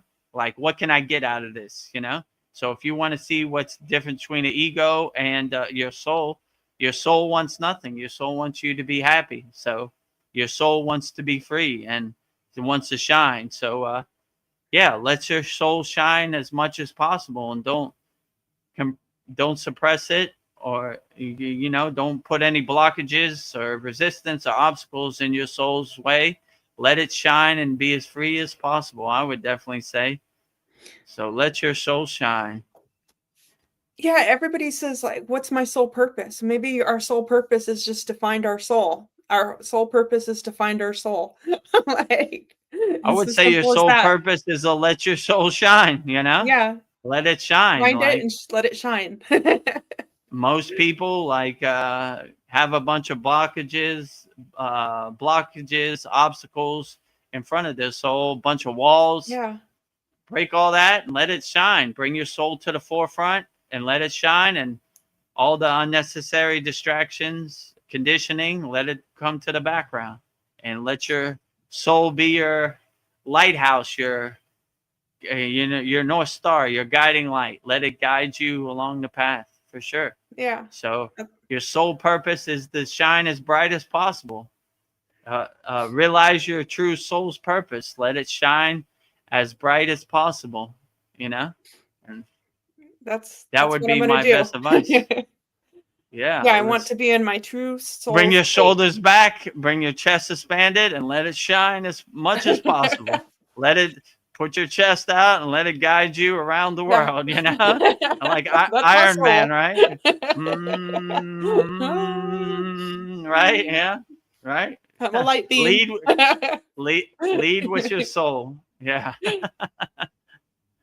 Yeah, every once in a while I'll do Tritak, like staring at myself Mm, in the mirror, and I'll I'll like be looking at my eyes and then close them, and then I just keep doing that. And then sometimes mm. I like see my eyes looking back at me, like it's another Oh, person. nice.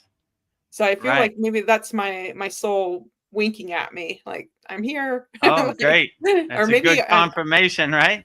yeah, I was thinking, am I playing tricks on myself? But I don't know. I do it enough that it keeps happening. So Yeah. Enhance it, cultivate it, and enjoy it as much as yeah. possible. Yeah. Yeah. I try to make sense of it. I was like, I think Babaji's picture is winking at me. And then I Yeah. was like, well, if it is, I'm going to enjoy it as much as possible and not try to make too much sense of it, and just enjoy it for what it is. Right. And that's when it Yeah. really starts to wink back at you a lot. Yeah. Right. Right. This guy Yeah. got the message, right? He understood the mission, right? Yeah. I just got to Wink, remove all wink, my wink. blocks. Wink. I see you. I see you. Oh, well, YouTube is piling up with questions. Um, Great. Katapi Roti, you're back. What do you think of AI, virtual reality, etc.? How can we use this technology for spiritual advancement, if any? Hmm. I mean, for spiritual advancement, AI, because to understand spiritual advancement, you have to test it, you have to observe it, you have to feel it, you have to experience it. Then you know it, right? These are things AI can't do. It could give you good text prompts about, I don't know, whatever, right? Like, tell me the story about Shiva drinking the poison. It could probably tell you that, but it can't do the inner work for you. So that's where AI is lacking, right? It could just give you some knowledge from the internet, but it can't experience or do the inner work for you. So it's limited in that aspect, right? It could just give you some text form of the technique, but it can't do the technique for you. So a computer can never understand how you experience the technique, how the technique makes you feel. I saw something a couple months ago that somebody asked AI, Hmm. if you could have one day in the human body, what would you want to do? And you know what it said? It said it wants to experience. It wants to experience what it is to love. It wants to know what it is to experience, what it is to be happy. So its whole answer was experience. So that's something AI can't have. And that's something AI would give it all for, right? They said they would do everything to experience, right? Because they only know what it is to have some knowledge that they aggregated on the internet. They don't know what it is to experience. So AI can't do the inner work for you. It could just give you some text-based things, which are kind of flat and cardboardish, you know, like it's the real gem and the real fruit in on the spiritual path is experience, right? So my guru used to say, we don't talk about Kriya Yoga, we do Kriya Yoga. So you could read 1,000,000 books about Kriya Yoga, but you're never going to get the fruits and the benefits unless you do the inner work and you experience Kriya Yoga for yourself. You test it, you observe it, you feel it, you experience it, so you know it. So AI's limit is it doesn't know what it is to experience. It only knows the standard cardboard answer, you know, the text, you know. My guru also used to say, people that talk about samadhi don't know samadhi. People who don't talk about samadhi know samadhi. So it's the same thing. Like, its limits are that it could give you a book kind of answer, but it doesn't know what it is to implement it and experience it and integrate it in your daily life. So that is the limits, I would say, of AI. So AI can only take you as far as like a Google search or whatever, you know. It can't do the inner work for you. So if you really want to experience the fruits and the benefits of being on the spiritual path or practicing Kriya Yoga, then experience it for yourself, and then you'll know it, you know. So, and if you want to know how to experience it, subscribe to our YouTube channel at Vedagurudev. Join our free Kriya Yoga school, freekriyayoga.com. Join 770 like-minded Kriya yogis and yoginis practicing Kriya Yoga around the world. And if you really super want to experience it and master the supreme science of Kriya Yoga, go to KriyaYogaMasterclass.com.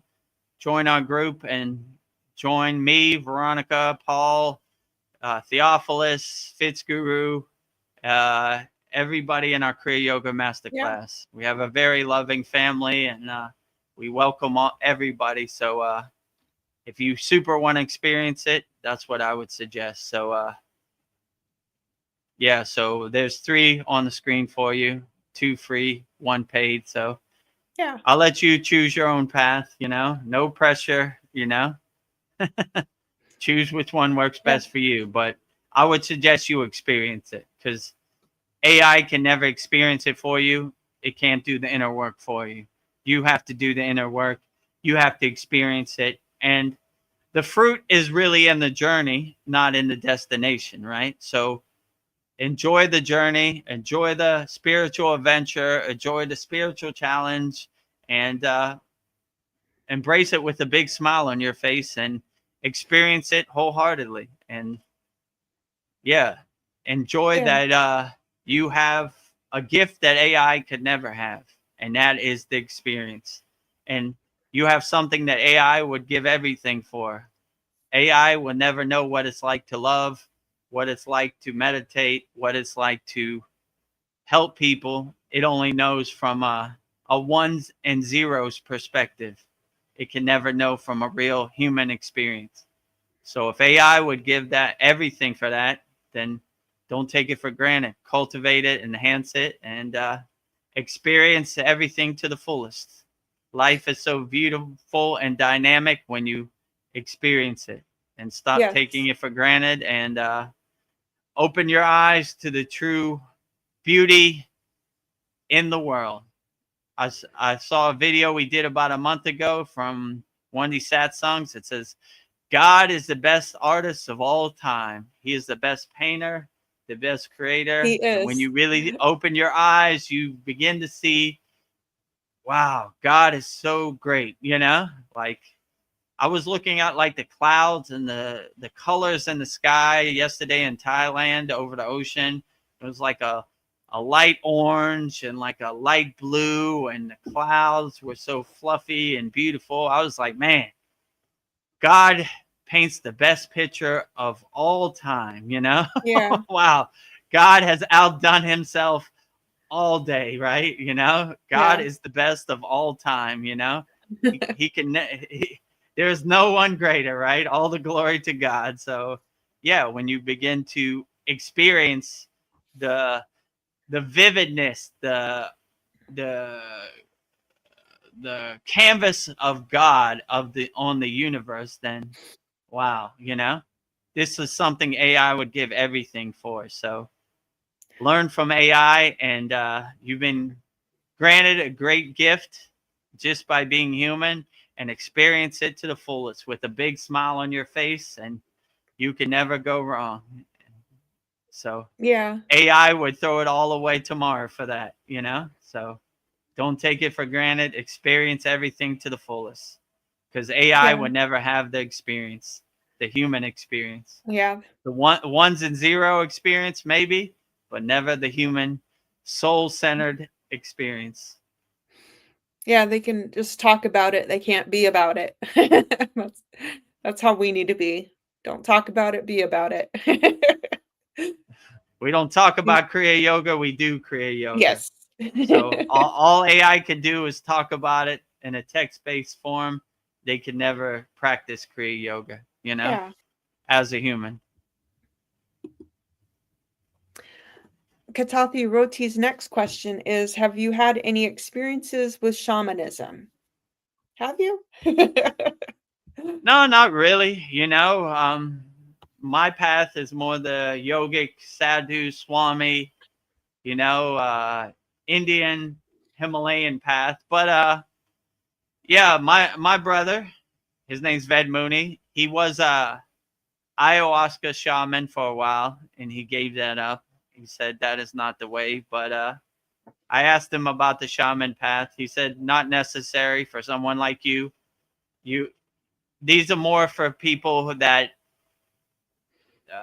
want a quick fix, want a microwave or a lightning path or like a temporary band-aid, right? They don't want to do the long work of the inner work, right? You know, they want to sprint to the finish line. They don't want the marathon. So when you realize the real fruits and the real benefits in the spiritual path is the long work, the experience, that you gain over time. So yeah, I don't know. I've never really consulted a shaman or anything. You know, I just say my only experience is Ved Mooney, and he said he was an ayahuasca shaman in Brazil. Said not necessary for you. You know, these are for like people that want the lightning path. You know, tech people, tech bros from Silicon Valley who Yeah. don't want to do the long work. They want to do the lightning path. So they take some fluid. He said this fluid stinks. It smells like burnt plastic, but they're so desperate to connect with their soul, they'll do anything, right? So for real people on the spiritual path, it's not necessary, you know. But I don't know. No judgment on the shaman. I just don't really have any experience, you know. Only experience I have is Ved Mooney, and he said, you don't need it. You're already way ahead of these people, you know. It'd be going backwards, not going forward for you, you know. So the real trick is not to use any external things. Do your own inner work inside you as you. And when you experience it, you know it. So you don't need anybody to tell you. Let me tell you how you feel in your body, you know? There's no way they Yeah. can know. They're just guessing. So try to cut out all the middlemen and all the fat and just go directly to the source inside you as you, and become a pillar of light, a nuclear power plant where you don't need anybody, right? Nobody else can tell you about God because you have a direct connection to God. You know, when they come, let me tell you a story about God. You'd be like, no, thanks. I got God's direct phone number. I call him every night. So, you know, like Fitzguru said, God is calling everywhere, all day. all we have to do is have the awareness, the discernment, the discrimination to hear God's signal. So no shaman necessary, because I have a direct phone number to God, right? I have the red bat phone next to my bed, right? God, I'm calling right now. It's emergency. So no middlemen, right? And they hate that because they can't monetize that, right? If you know God inside you as you, how can they sell you their snake oil? Like, give me some money and I'll send God an email for you. Can't happen. It's a joke to you. So no middleman in your connection to God. So if you have a direct connection to God, no shaman, no preacher, nobody necessary. Let's say it like that. Yeah, I wonder how much it costs to do those ayahuasca ceremonies. I bet it's not cheap. Like, Just the yeah, travel alone is thousands yeah, of dollars, right? You yeah. know, let's say you live in Los Angeles, you got to get a plane flight to Brazil. You land in, I don't know, let's say you land in Sao Paulo. There's places probably somewhere in the jungle. You got to take a 2-hour car ride, Oh my you God. know, hotel, everything. And then you got to pay the shaman or whatever. Yeah, you're looking at, I don't know, over $5,000 or something, Yeah, you know, just to drink some burnt plastic. yeah. That'd probably Some make you disgusting glad. plant juice. Yeah, some disgusting plant juice, you know. So Comes out both ends. Like, comes out ugh. both ends. Yeah, it's only 15 minutes or something, he was telling me, right? Ugh. So it's not like a permanent enlightenment you carry with you, you know. You I don't know what he told me. He said you see like what do you call it? Machine elves, right? Like elves working on machines or something. I was like, why do I want to see that, you know? And he was like, it's only 15 minutes. All that for like a temporary enlightenment state. And, you know, and you come out and you're like, I know the secrets of the universe, you know? So Yeah. I don't know what's the point. Just do the inner work. If you know happiness is inside you as you just sit on the side of your bed and go to your happy place, and that'll be perfectly great, you know. I'm Well, I think you, I'm looking at a bird right here. Hold on, let me see if he comes. Can you see? He's almost coming. Come I over think here. he's, come on, Birdie. There he goes. You can see. Can you see him? Yes, I see him. Oh, thank you He's for coming coming, in. Bird.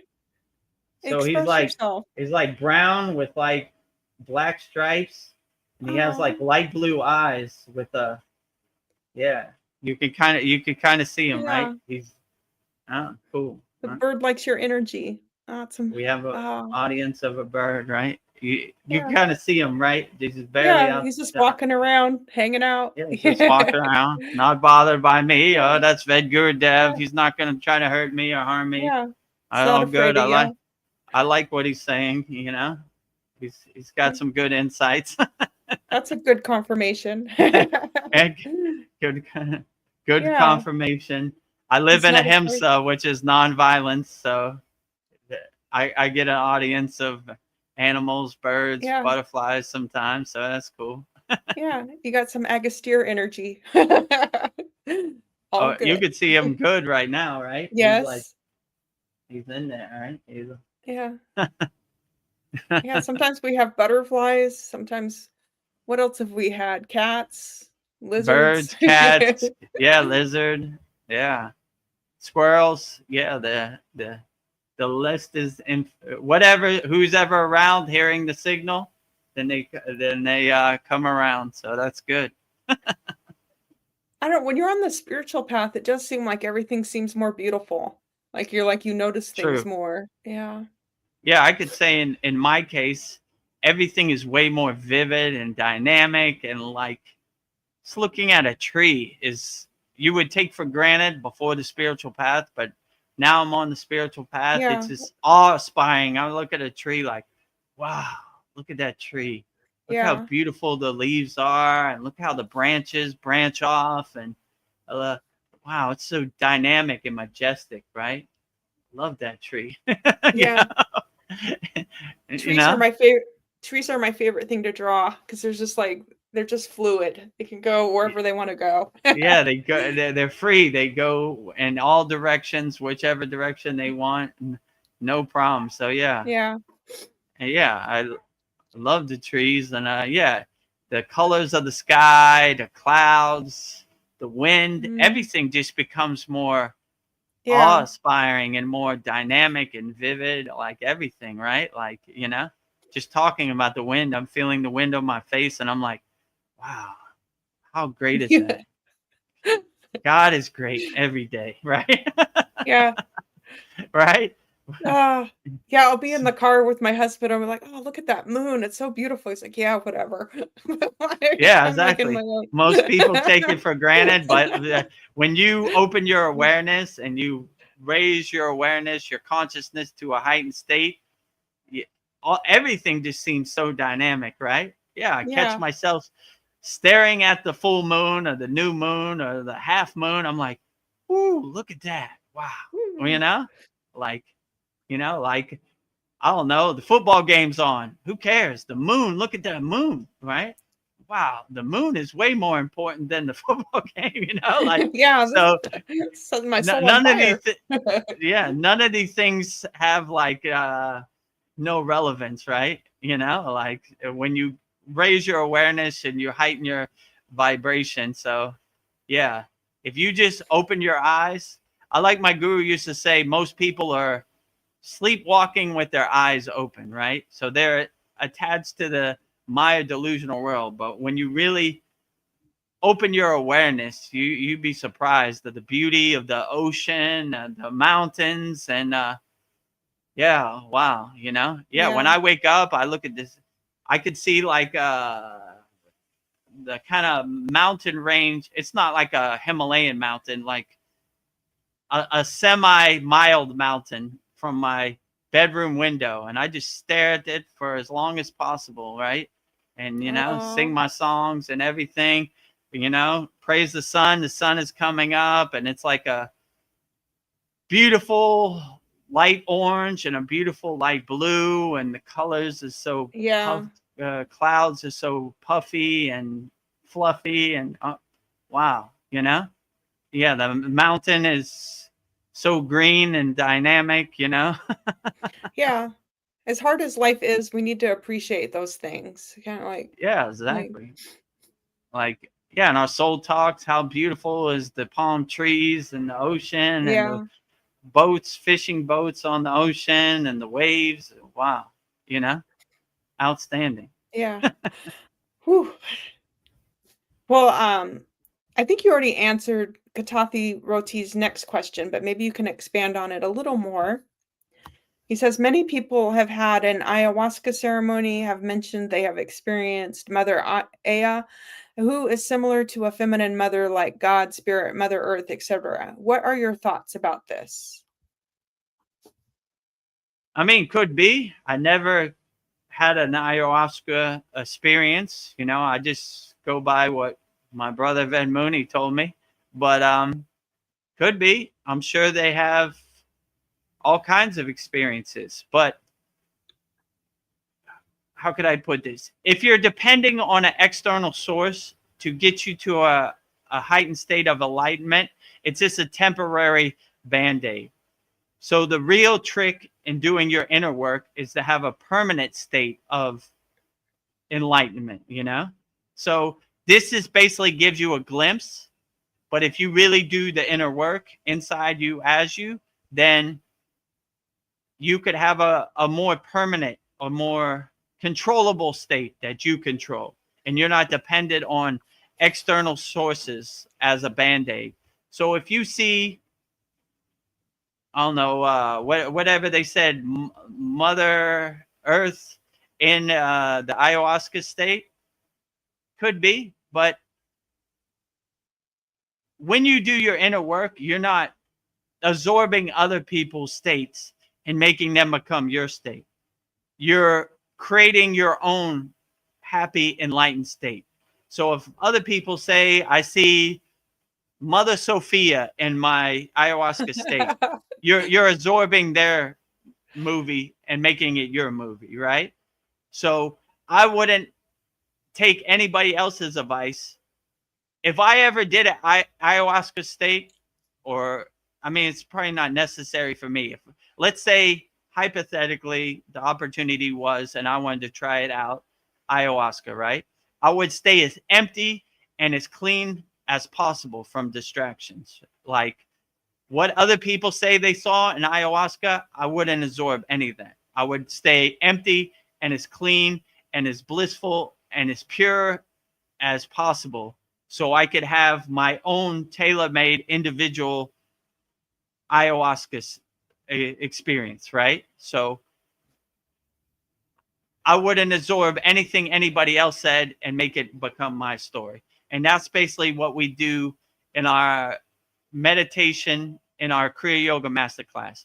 We do a practice called Sudi, which is basically clearing out all the trash.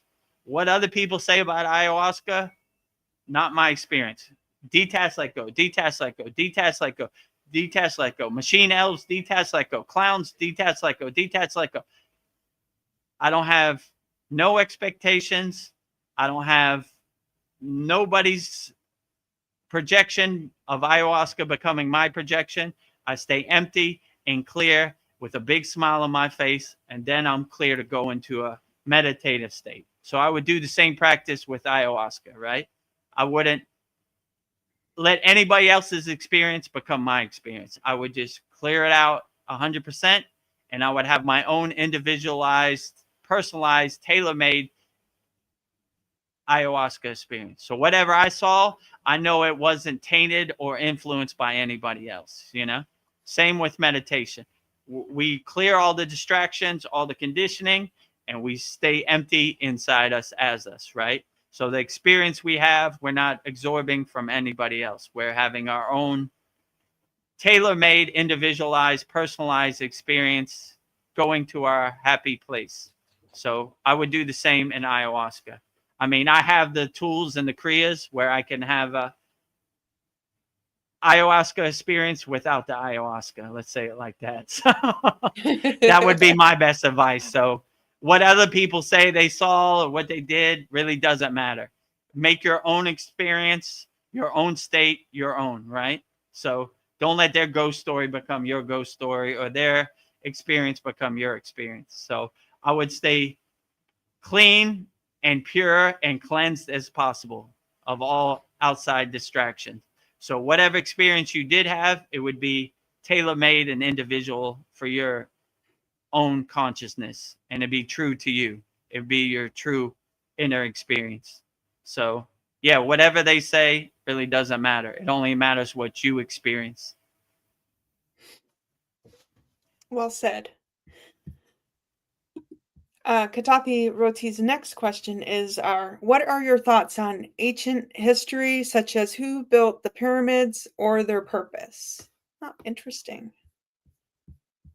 Yeah, I would say they had high knowledge. I mean, we still can't replicate it in 2025. They did this like 20,000 years ago or however long it was.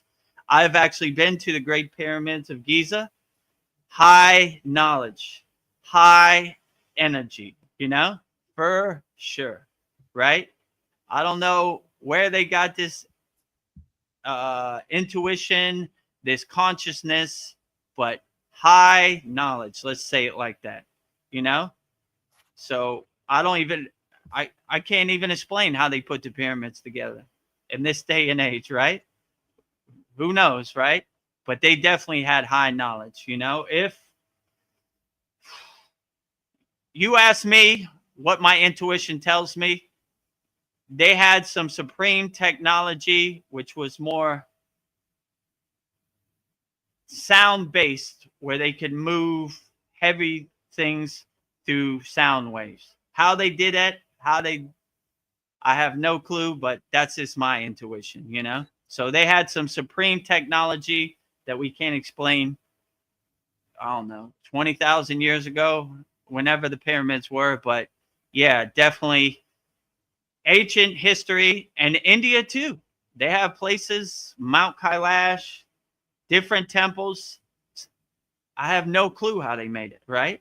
And it's so beautiful. And they had this one temple we went to. It was carved out of a mountain with one stone. Like, I don't even, how'd they do that? I can't even explain it, you know? Like, Yeah. so they have ancient history has high knowledge, right? And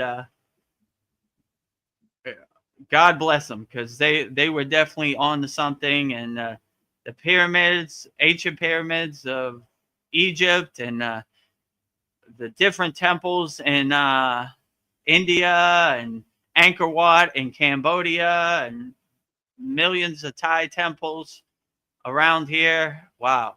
You know, that really shows you, if you really align yourself with God, God becomes the best inspirer and creator, and he takes over and starts painting and chipping away at the rock. And wow, Yeah. what a true testament of, of, if you realize your true inner potential, the possibilities are unlimited. And we have modern day things to look at, the pyramids in Egypt, I mean everywhere, like what they call this place in Mexico and Peru.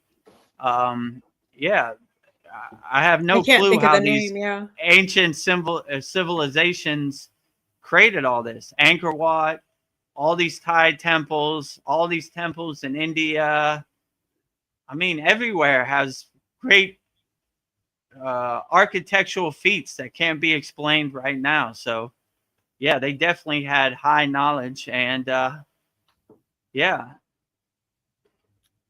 if they could do it, who knows what you could do? Realize your own inner potential. Just, in my intuition, they just aligned themselves with the God signal, and God took over, and they were divinely inspired by the grace of God. As you see, most of these temples are to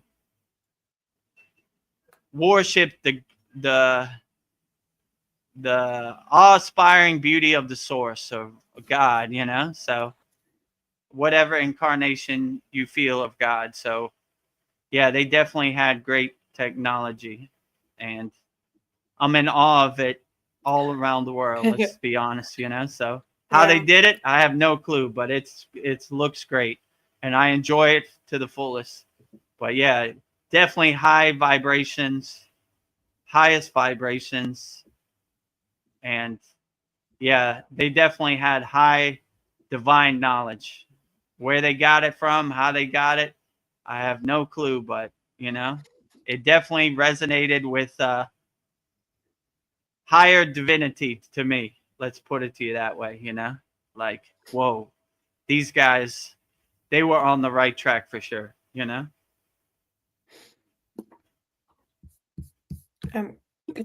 Katathu Roti has the next question is, what are some good self-reflection questions to uncover unconscious beliefs? Oh, good question. Self-reflection questions. I mean, the master of self-reflection is self-inquiry, self-observation, is Ramayana Maharishi, right? So if you look up him, his number one question, who am I, right? This helps you self-reflect and realize your true inner potential, and you begin to drop identities and conditioning, like I am not my car, I am not my bank account. I mean, most yogis, they say neti neti, which means not this, not this. I am not any of this. I am not even this physical body. They say, they have a affirmation. They say, not this body, not this mind. They look at their own physical body as like a physical meat suit, a junk car, or like changing clothes, right? Like, this doesn't define my soul at all. So if you really self-observe yourself, you really begin to see like none of this defines your soul, right? So when you start to ask yourself, who am I, right? Then you really start to self-observe yourself. And a good way to self-observe yourself or self-inquiry about yourself, just go in your bathroom, look in the mirror, and ask yourself this question, and face yourself, look at yourself eye to eye, and say, who am I really, right? And you begin to drop all these identities, these conditioning, and realize your true inner potential. So good question to ask. I would say the master is Ramayana Maharishi, right?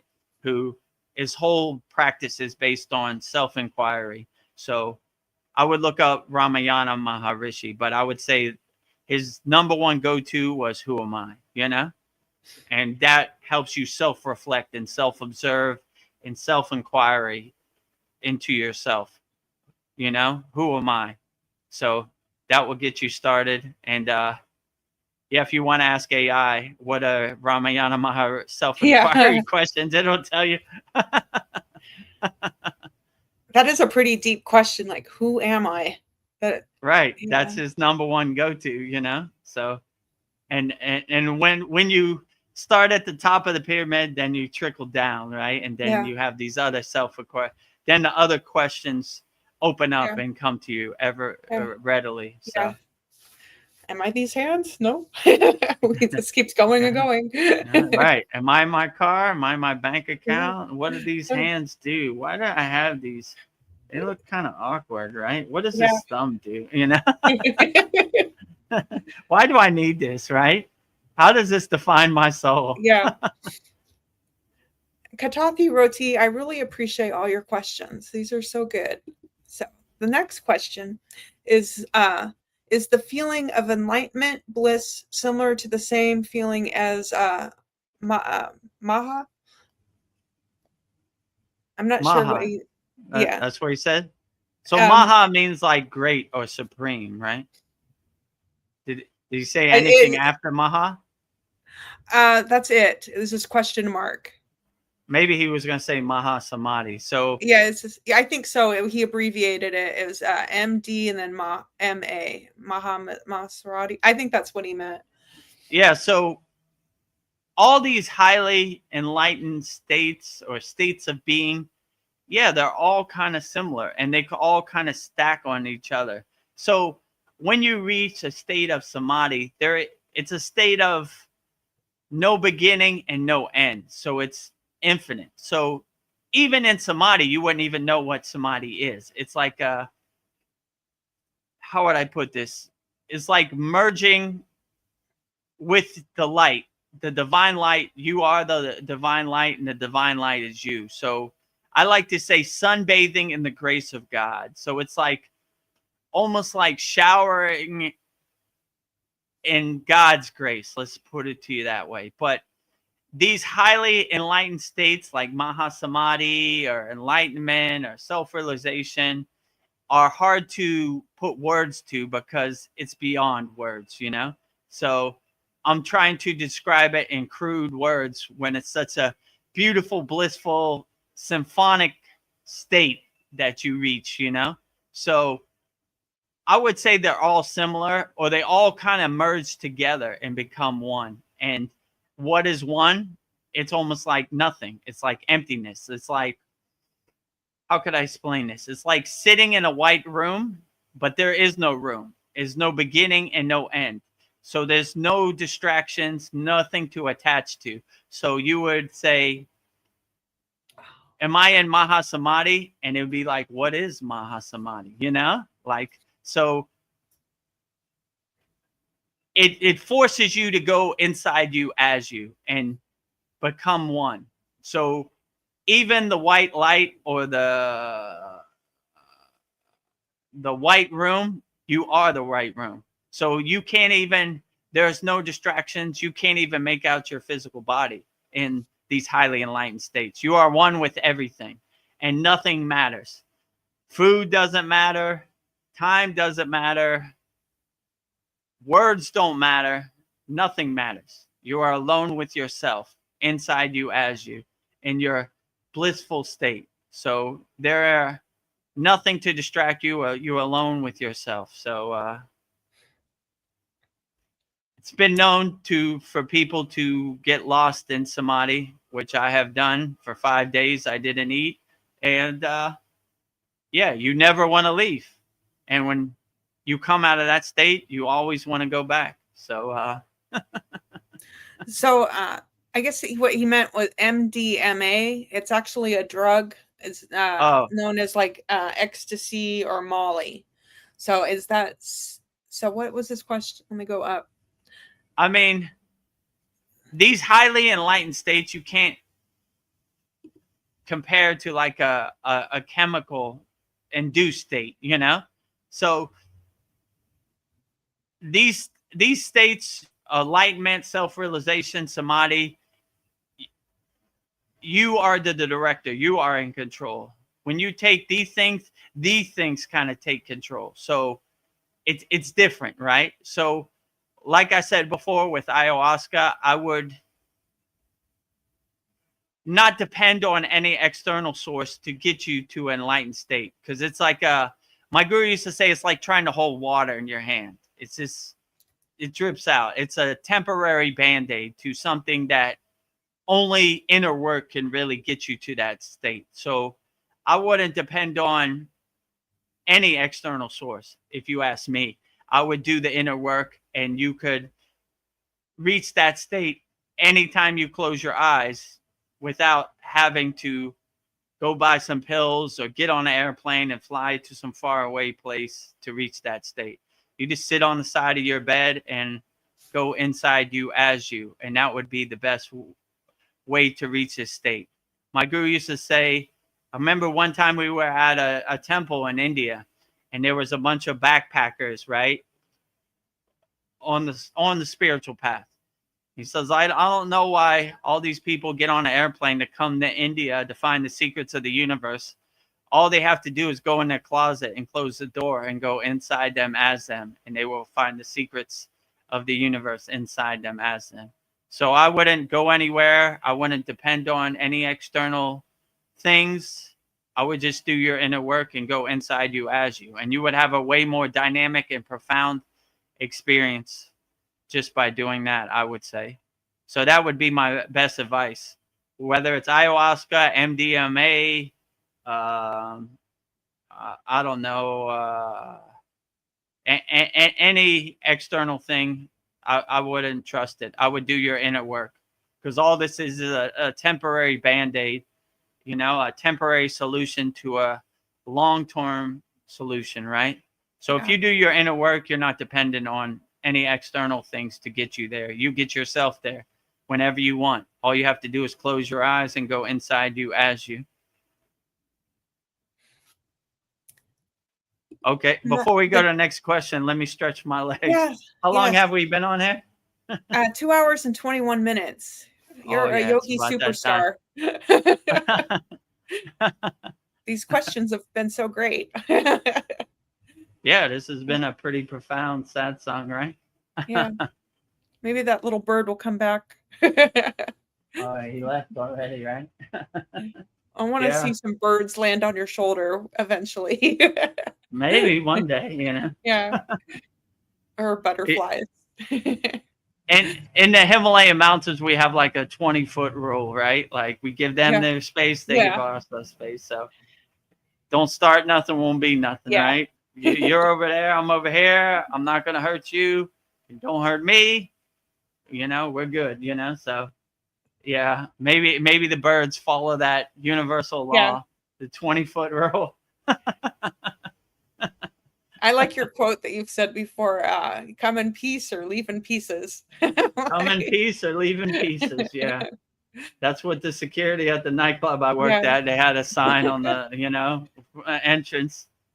Come in peace or leave in pieces. Yeah. Don't start nothing, won't be nothing. Don't start nothing, won't be nothing. Words to live by. Okay. My next question for you from Kantathu Roti is, can spiritual people and regular people feel your energy? I would think so, but what are your thoughts? Yeah, I mean, I would think so. Like, it's hard for me to know what other people experience and what level they are on. I mean, I'll tell you a story. One time, me and my guru were walking through a market in India, right? And I saw this guy, I think he was selling fish, and he was glowing. He had like a golden glow around him. I looked at my guru. He looked back at me. I was like, you see that? He's like, I see it. So we walked up to him, and he just started laughing. And we started laughing. Like, he saw our glow, and we saw his glow. And we didn't say any words. We just laughed uncontrollably for like 5 minutes. Like, it's, it's basically like, oh, it's such a great blessing to find another person glowing. There are very few people glowing around here, but we got one. I see you, you see me. Yeah. I didn't say this to him, but he was just laughing like, ah, ha, ha, ha, ha. It was like the funniest thing ever. And like after I don't know, 5-10 minutes, we just wide him, he wide back, and we just went away. And Yeah. it was like, I was like, man, I looked at my guru. I was like, man, that was excellent. That was outstanding. He's like, yeah, sometimes on the spiritual path, you find people and there's no words necessary, Yeah. We saw his glow. He saw our glow. It was a great day, no words necessary. Let's laugh about it and be happy,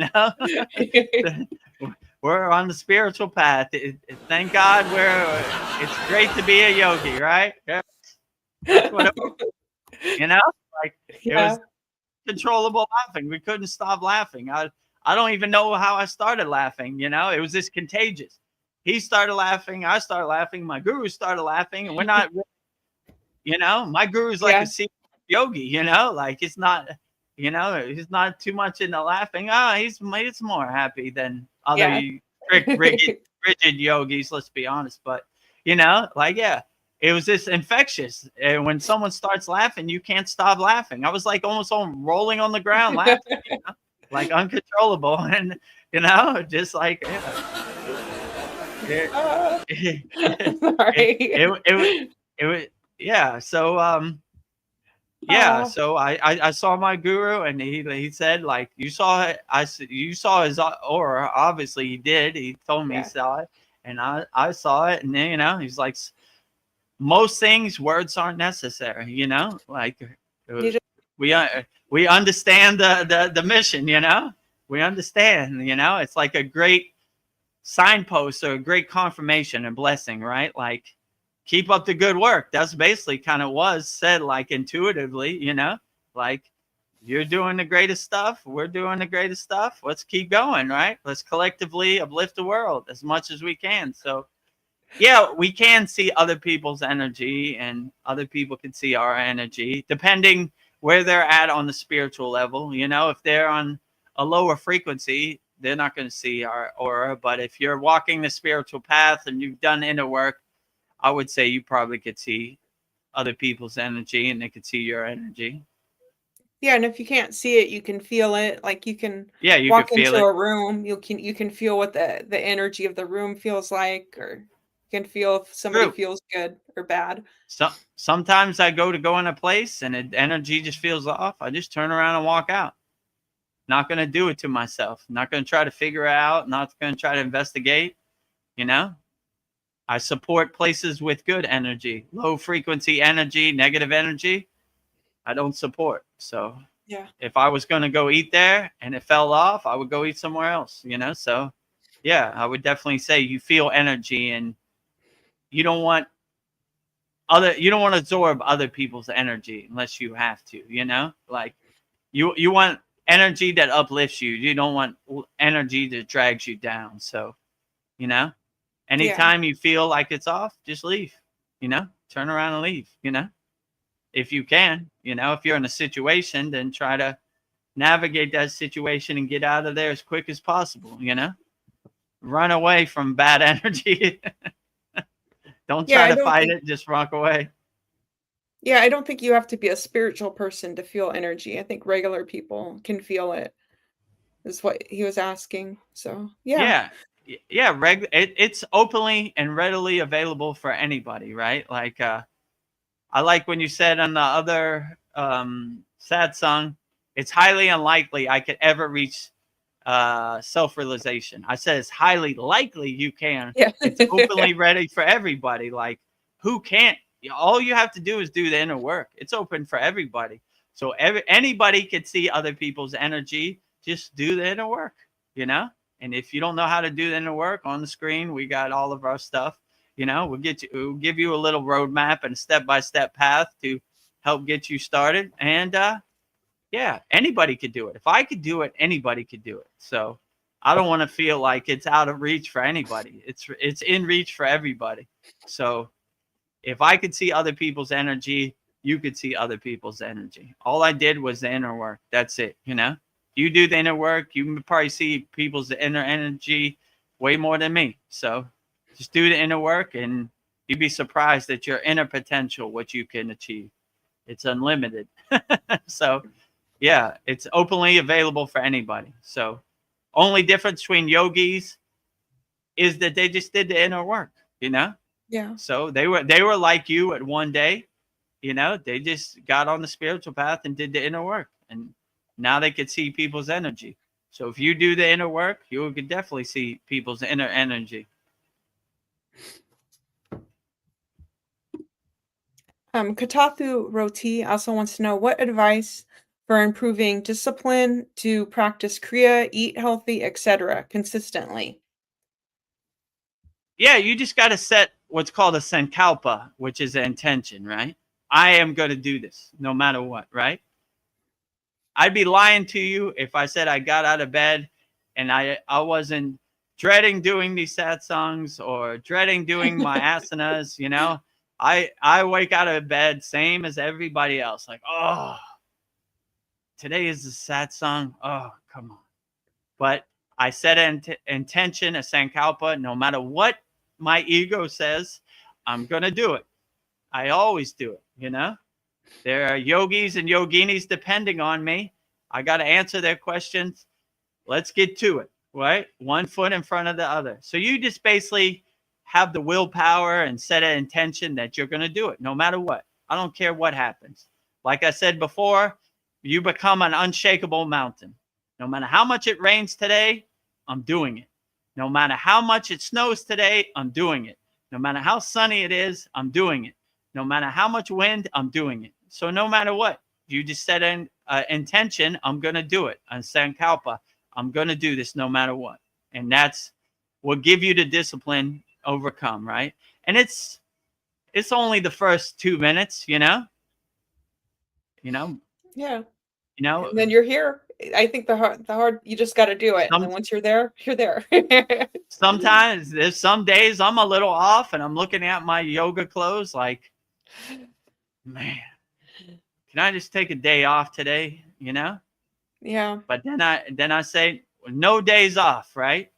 Babaji is depending upon us, right? We have people to help out there. No days off, right? We are 24-hour a day, 7 days a week yogis, right? We don't take no days off, right? There are people out there that need our help, right? So let's get to work, right? So, but yeah, it happens to everybody, even me, right? Some days, like there are asanas that are difficult. Let's say the full wheel pose, right? Where you arch your back and push up and, go into a half full wheel, right? So, yeah, I'm like, man, my wrist hurt today. I don't think my back feels a little off, but I push through it no matter what. I set an intention, a sankalpa, and I push through it no matter what happens, right? So no matter what my ego says, I do it. So that would be my best suggestion. You are the king of your castle. You are in control.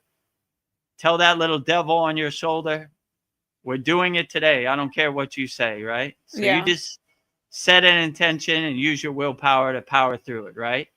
And that's basically what carried me through everything, right? I don't care how cold this lake is in the top of the Himalayan mountains, I'm going in no matter what, right? So get your mind right. Here it comes, right? And that's what I did. So just set the willpower and intention, and you'll be surprised what you could accomplish, right? Yeah. So tell that little devil on your shoulder, we're doing this no matter what, right? We're doing it. We're doing it, right? I don't care what you say. I'm getting out of bed right now and I'm getting ready, Then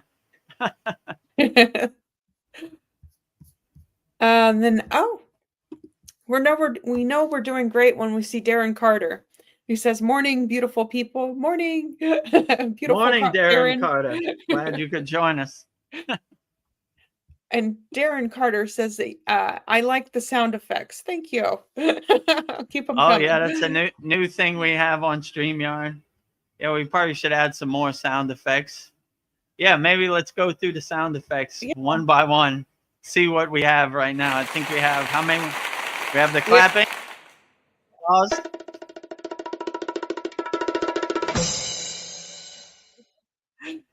What else we have? Oh, the Himalayan singing bowl.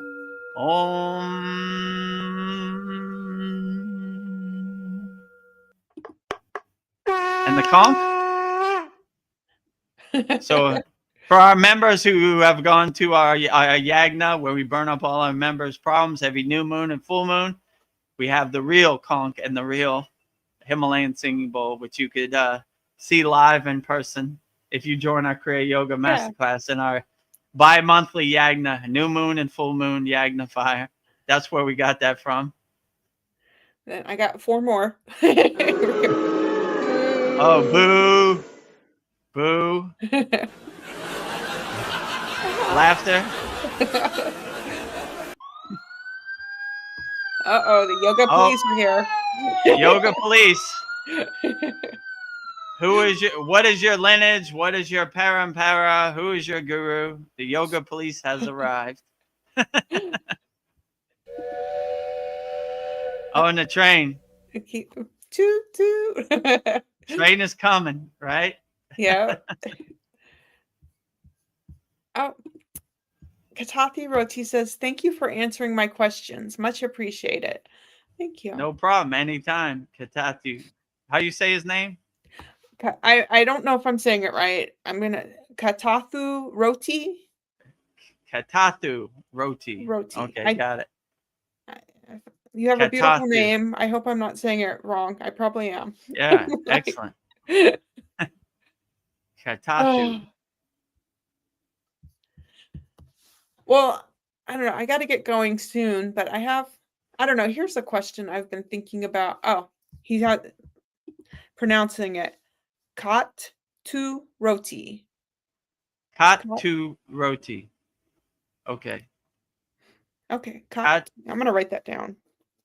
like cat two. No, right? It's a K-O-T, Kot. Oh, cot. Katu. Roti. Katu Roti. Okay, got it. Katu Roti. Katu Roti. You should make a mantra out of your name. Katu Roti. Oh, Darren Carter says, always a nice surprise when I get up and you're there. Thank you. Aw.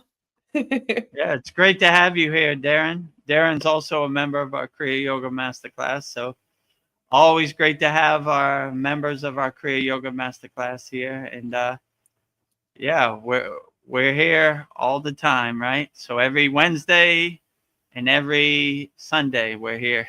So a fresh morning coffee. Vedagurudev and Veronica on a satsang. Yes. A breath of fresh air, like the sun rising. Well, Katu Roti says that it is a Sri Lankan street food. Oh, sounds delicious. Yeah, I know roti. I mean, I've eaten millions of roti in my day. That's all we ate, right? Yeah. Katu Roti, Sri Lankan. Oh, nice.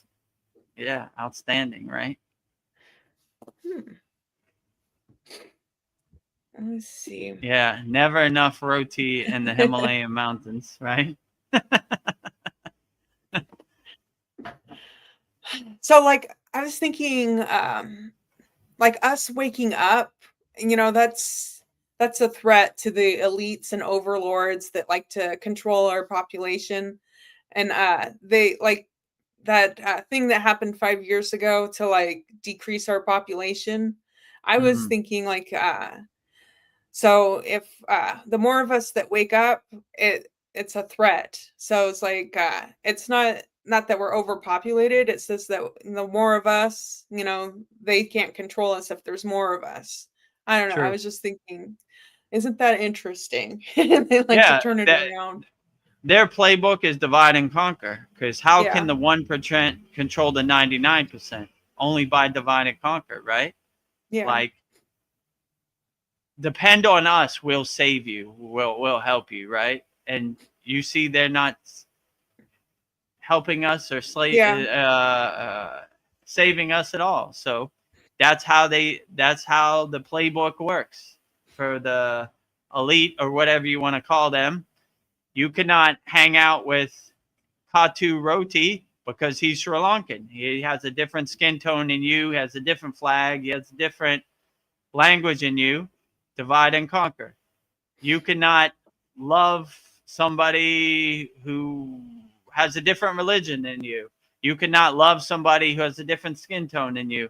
You cannot love somebody who has a different flag than you. You know, on and on and on. Yeah. This is all divide and conquer.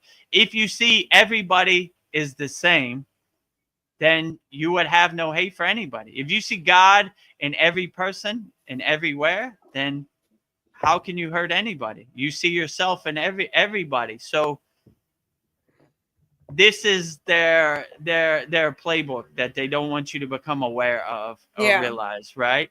When you see everybody, I've been all around the world, and I could say from my own experience, 99% of the people in the world are just trying to feed their family and be happy. That's it, right?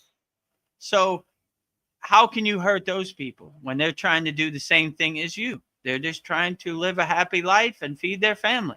So what difference does it make what their religion is or what their skin tone is, you know? How could you hate them? They're just like you in a different piece of dirt, you know? So how can you hurt them? They're just like you in a different geographical region. So that's what they don't want you to wake up to, you know? Like, if you love Vietnamese people, which I live close there, how could you get on an airplane and hurt them? Yeah. So that kills their narrative, you know? They want you to not come from a place of love, always come from a place of hate. That's what they want. But if you come from a place of love, you love everybody unconditionally. So how could I harm another soul when I love all souls? And if you wake up to that, then you definitely not get on an airplane and go hurt some other people, or, you know, do something that God wouldn't approve of, you know? So let's say it like that. So I don't know. So yeah, but if you begin to see the Wizard of Oz behind the curtain, you know their playbook. They're right, and you're ready for it. You're like, oh, here it comes. Here it comes. The new C word, on the nightly news. Oh boy, you know, here they come, right? Fool me once, you got me last time, but not again, right? Yeah, you need to take the jab because you need to protect yourself of the new strain or whatever. No thanks. You got me. Boy who cried wolf. Got me the one time. No more crying wolf over here, you know? So you begin to see, like, nah. You showed your true colors during the C word. I saw it was all fear-based propaganda and psyops, and I want no part of that, you know? So you come with that in 2025 or 2026, no. Keep that out of you. Not believing it, you know? And you see it's all, when you're in a lower frequency, in a fear-based state, you're easily controlled because you're scared, right? I'm scared I'm going to lose my life. I'm scared I'm going to lose my money. I'm scared I'm going to lose my family, whatever, right? I'm going to lose my car. You're scared, right? That's when easy controlled. If you're a fearless yogi or yogini, you can't be controlled. You don't care, right? I'm not scared of you, you know? Light work, kindergarten over here, right? Light you know, work. a light pack over here, right? You know, like, oh my God, kindergarten over here. So, you know, you're not scared. So hopefully people became more aware and more conscious during the C word thing, you know? That's what I hope. So when they roll it out again, which they always have the same playbook, you know, I mean, you could see it like, let's say JFK, right? That was like, how long ago was that? 70 years ago, 60 years Yeah. ago? I don't know. Whatever. 60 years ago, let's say, right? They're running that playbook this year, right? Yeah, they are.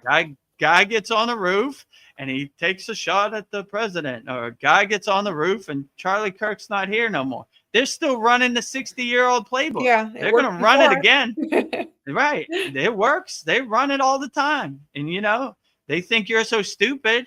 You know, they can't tell you about aliens. Like Paul said, you're going to jump out the window. You're so stupid. You are not. We're in control of you. You're not in control of yourself. We make up the, you know, fakest ghost stories ever. You know, you see it. If you become aware, you see it clear, right? A penguin and a bat had sex, and that's how we got the C word. That's science. What? It's the science. It's the science. You know, like what? Oh, yeah. There was a U.S. soldier, and he met a green monkey in Africa, and they had. I don't think that's possible. Yeah. And that's how he got AIDS, right? And they're like, what? What? Yeah. You know, what? I mean, that's how they look at us. You know, Yeah, like, we'll believe anything. come on, really? It's the science. I'm wearing a white coat, so you have to regurgitate everything I say, because I am the expert, and it's the science. So if I tell you a penguin and a pangolin or whatever it's called and a bat had sex, and that's how the whole world shut down, you should believe it, because that is science. What? You know? Yeah. Everybody starts laughing at it. You really look at it intellectually, you see how stupid it is, you know? Like, what? Nah, you know? Like, this 18-year-old kid, 19, went on a roof and he almost took out the leader of the free world, or soon to be leader of the free world, right? Really? Okay. Yeah. You know, but that's how they operate, right? Yeah, there was one lone gunman for JFK. The bullet hit the side of the highway, came back, and then magically landed next to him, untouched. What? Yeah. You know? Darren Carter has the perfect comment. He says it's all wearing thin. Yeah. It's zero in my book, you know, not even wearing thin. They say go right, I go left, right? So, you know, they run that playbook, and when they run the playbook, you're like, here it goes again. It's coming. They're coming with it. They're coming. Now you have the better awareness and discernment, right? So if, you know, where Darren Carter is in the UK, they try to run the playbook, you'd be like, wearing thin on me, you know? You caught me a couple times. The boy who cried wolf got me, you know? But now you cry wolf, it doesn't have the impact. Wearing very thin over here, right? Yeah. Like, you say go right, I go left, you know? Whatever you say, I want no part of it no more, right? Wearing very thin over here. I agree with Darren Carter. Yeah. Well, another way they try to divide us is like beliefs. Like you believe something different than me. I can't believe, you know, we can't be friends. I don't know. And you mentioned Charlie Kirk. I was just thinking, like, people are so tied to their beliefs. They'll go down with the ship with whatever they believe. Like, I didn't agree with everything Charlie Kirk stand for. But I believe he was a good person. And, like he felt like abortion was murder and you should go to jail if you have an abortion. But I know people that have, and it was a really hard decision. So they're probably punishing themselves. They don't need to go to jail for that. But, you know, I can't, you know, you got to put yourself in that person's shoes. I'm not going to judge somebody because of that. But I could still, I appreciate Charlie Kirk and everything, you know, he was trying to do, but I don't have to agree with everything. But but a lot of people like, you like Donald Trump, we can't be friends. Like, I just think, like, we're always trying to, like, they're trying to divide us with just beliefs too. So, yeah. Yeah, exactly. Like,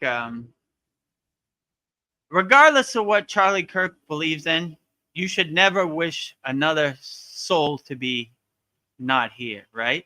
Yeah. You could agree to disagree. It's perfectly fine. You don't have to agree on everything, you know? Yeah. But there are 2 young children that don't have a father now. That Mhm. is not right, you know? So don't let these people activate you and hypnotize you. And next thing you know, you're on a roof and some young children don't have a father, taking it way too far, you know? Yeah. Don't let other people's belief become your belief. Craft your own beliefs and make it what you want, you know? And, you know, don't hurt nobody with any belief, right? Don't go down with the ship, you know? Don't, just because your football team lost, don't be fighting in the stadium, right? The better team won, it happens, right? No team goes undefeated, you know? I'm, you know, if I see somebody talking about bad about yogis on the internet, I'm not gonna Yeah. fly to their house and fight them. You know, I'm And not shoot even gonna them. comment about it. I'm gonna be like, oh, I agree to disagree. I didn't Yeah. see that when I was in the Himalayan mountains, Yeah. but I agree agree to to disagree. disagree. Maybe I don't know. I didn't go everywhere, so Uh, agree to disagree. But you know, when you start hurting people in the name of some belief, then you're going too far. You know, so yeah. agree to disagree. You know, like regardless of what his political stances was, I'm not going to hurt anybody for no narrative or no belief, right? So don't let these people activate you and get you to an emotional reaction. You know, one time my father drove past a prison, and you know what he said? He said 90% of the people in this prison made an emotional reaction. If they just would have took 10 seconds and breathed, they wouldn't be in there right now. So don't let them put you in a cage over some beliefs you have no dog in the fight with anyway. It doesn't serve you anyway. Who cares who's president or what political party wins? What difference does it make? You know? So Yeah. don't put yourself in a cage for something you could have avoided in 10 seconds of breathing, you know? Yeah. So yeah, and definitely don't hurt anybody in the name of some belief because they're not going to Yeah. say, you know, like this political football team he was on, what are they doing for him and why he's in a cage? Nothing, you know? Yeah. Laugh at, you know, or use it for their own propaganda or whatever. So don't go down with the shit for anybody, you know? I like the Pittsburgh Steelers football team, but if we lose, I'm not going to get on an airplane and go fight the Yeah. Like, got outplayed, you know? yeah. What can you do, you know? Yeah. No team goes undefeated, you know? Yeah. The better team won. It's okay. Better team won. Salute you, sir. You outplayed us, you know? What can you do, you know? Win some, you lose So, some. you know, but if you're like Charlie Kirk's in my area, I know what I'm going to do. I'm going to go to the gun store and blah, blah, blah, blah. No, stop, breathe. Take a moment. Please don't do it to yourself. Don't do it to yourself. Don't do it to your family, your loved ones. Don't do it to your state. Don't do it to anybody, right? Breathe. Don't do it, you know? Don't get activated by nothing, right? You know? And if Well, you really feel emotional about it, just lock yourself in a room and just stay yeah. home, you know?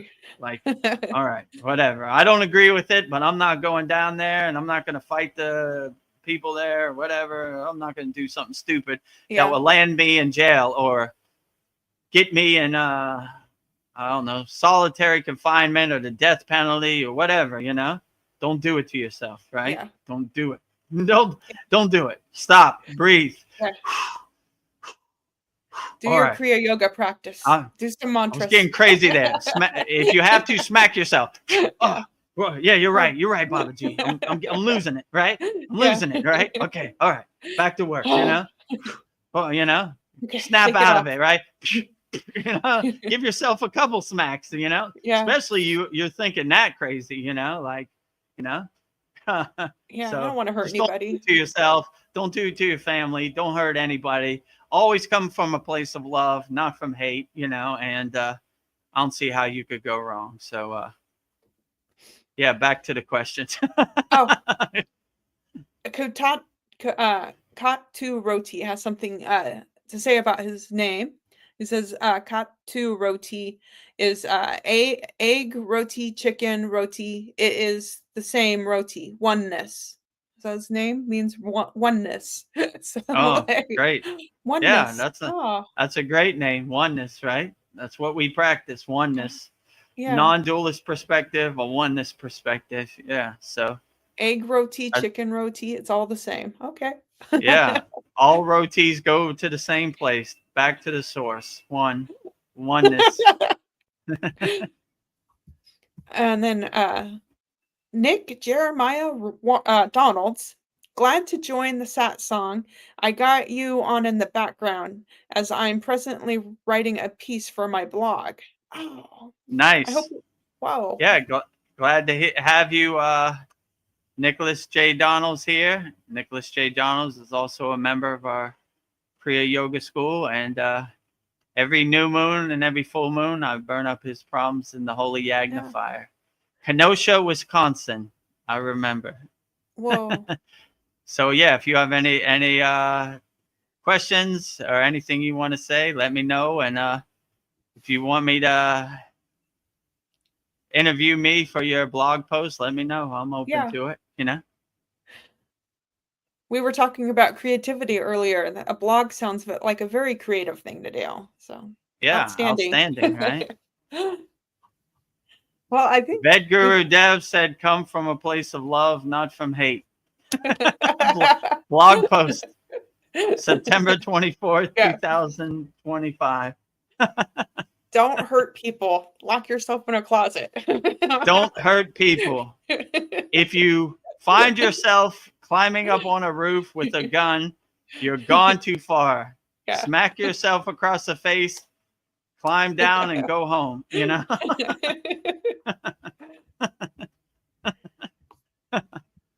Well, I think we've had an excellent satsang tonight. Yeah, outstanding. Very profound. Very happy to be here, and everybody that joined us tonight. Thank you. And yeah. Got some last minute. Oh, Darren Carter says, thanks, yogis. God bless. Thank you, Darren Carter. Thanks. Thank you, all yoginis and yogis. God bless. Peace to the world. Peace to the universe. Peace to everybody. Shanti, shanti, shanti. Yes. Peace everywhere. And Katu Roti, keep coming back. I love your questions. You take the pressure off me, so thank you. Yeah, bring all your profound questions. We'll do this again. The Soul Talks, 9 p.m. Eastern Standard Time every Sunday, live from the Thailand beach. Bring all your questions. Very profound. We'll answer all questions wholeheartedly. And every Wednesday, 9 p.m. Eastern Standard Time, Vedgurudev's live Q&A satsang with Veronica. We usually go 2-3 hours. So yeah, bring all your questions. Anything that comes to you during the week, bring them to us. And all of our Kriya Yoga School members, I'm open 24 hours a day. You can ask me whatever. You know, if you're going through something, just DM me on our school platform, and I'll send you a link, and I'll go on a private call with you, and we'll overcome whatever you're going through in the present moment. And every Saturday at 11 a.m. Eastern Standard Time, we have a 2.5-hour class, which is very profound. And I'm open to all of our members, answer all the questions, describe all the techniques in detail. If you have any questions about classes 1 through 81, we'll answer them all wholeheartedly. So yeah, so I'm always available 24 hours a day for all of our Kriya Yoga School Masterclass members. And yeah, sounds great. And if you want to start practicing Kriya Yoga, make sure you subscribe to our YouTube channel at Vedagurudev. We're trying to get our watch hours over. We need like 1,000 more watch hours. So watch all of our Babaji quotes, watch all of our satsang soul talks, all of our live streams. A lot of value on there, 100% free. So support our Kriya Yoga family. Subscribe to our YouTube channel at Vedagurudev. And if you want to Discover the secrets of Kriya Yoga, 100% free, and you need some framework and some step-by-step guides. We have a very interactive community, over 770 like-minded Kriya yogis and yoginis practicing Kriya Yoga worldwide. So we'd love to have you. Go to freekriyayoga.com. And if you want to join me, Nicholas, Veronica, Paul, Mariana, all of our Kriya Yoga School Masterclass members, and master the supreme science of Kriya Yoga, go to kriyayogamasterclass.com. And with that said, we'll wrap up our September 24th Vedagurudev's live Kriya Yoga Q&A Satsang with me, Veronica, all the ascended masters. Babaji, Mataji. Babaji, Mataji, Lakshmi, Shiva, Ganesha, all ascended masters, all spirit guides, all light beings, all archangels. Yes. All the glory to them. They're doing all the heavy lifting. Keep up the good work. Yes, thank you. Much appreciated. And with that said, we'll go out with Babaji's Mula mantra. So anytime you're going through anything and you need Babaji's direct phone number, call on Babaji by saying Babaji's Mula mantra. And his Mula mantra is Om Kriya Babaji Nama Om. And Veronica will say it so beautifully right now. Om Kriya Babaji Nama Om. Om Kriya Babaji Namo.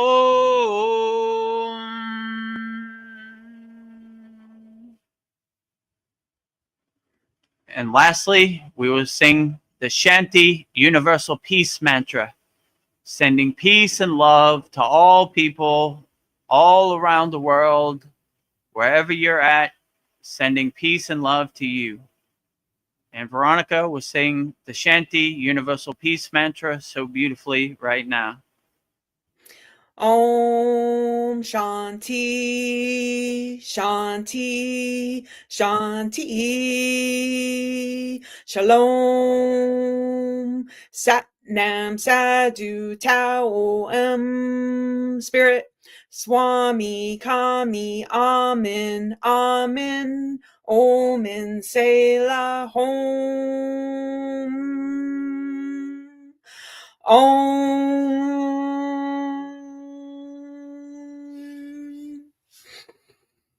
Om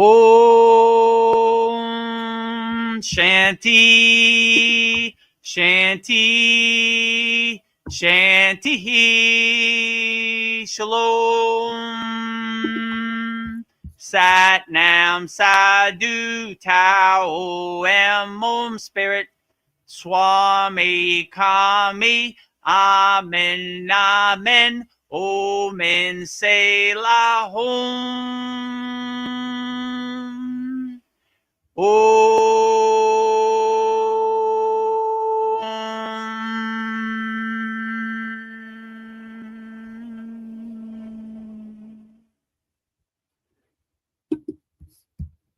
Are you feeling spiritually lost, like you've tried everything, YouTube videos, online courses, even meditation apps, but still something is missing? Wondering, is this all there is? The world is loud and chaotic, and your soul is overwhelmed, craving inner peace, but you can't find your way back to yourself. This is exactly why I created the Kriya Yoga Masterclass and my proven soul coaching system to help people just like you. This isn't a video you watch and forget. It's a daily spiritual lifeline that brings you back to your soul. So if you're done feeling lost and you're ready to start transforming, then come join us. This is more than a course. This is your lifeline. Go to kriyayogamasterclass.com. Kriya Babaji Namo.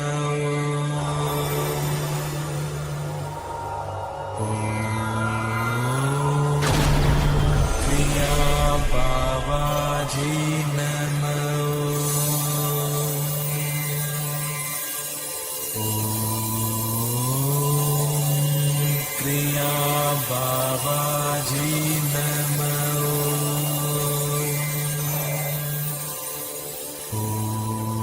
ओम क्रिया बाबाजी नमो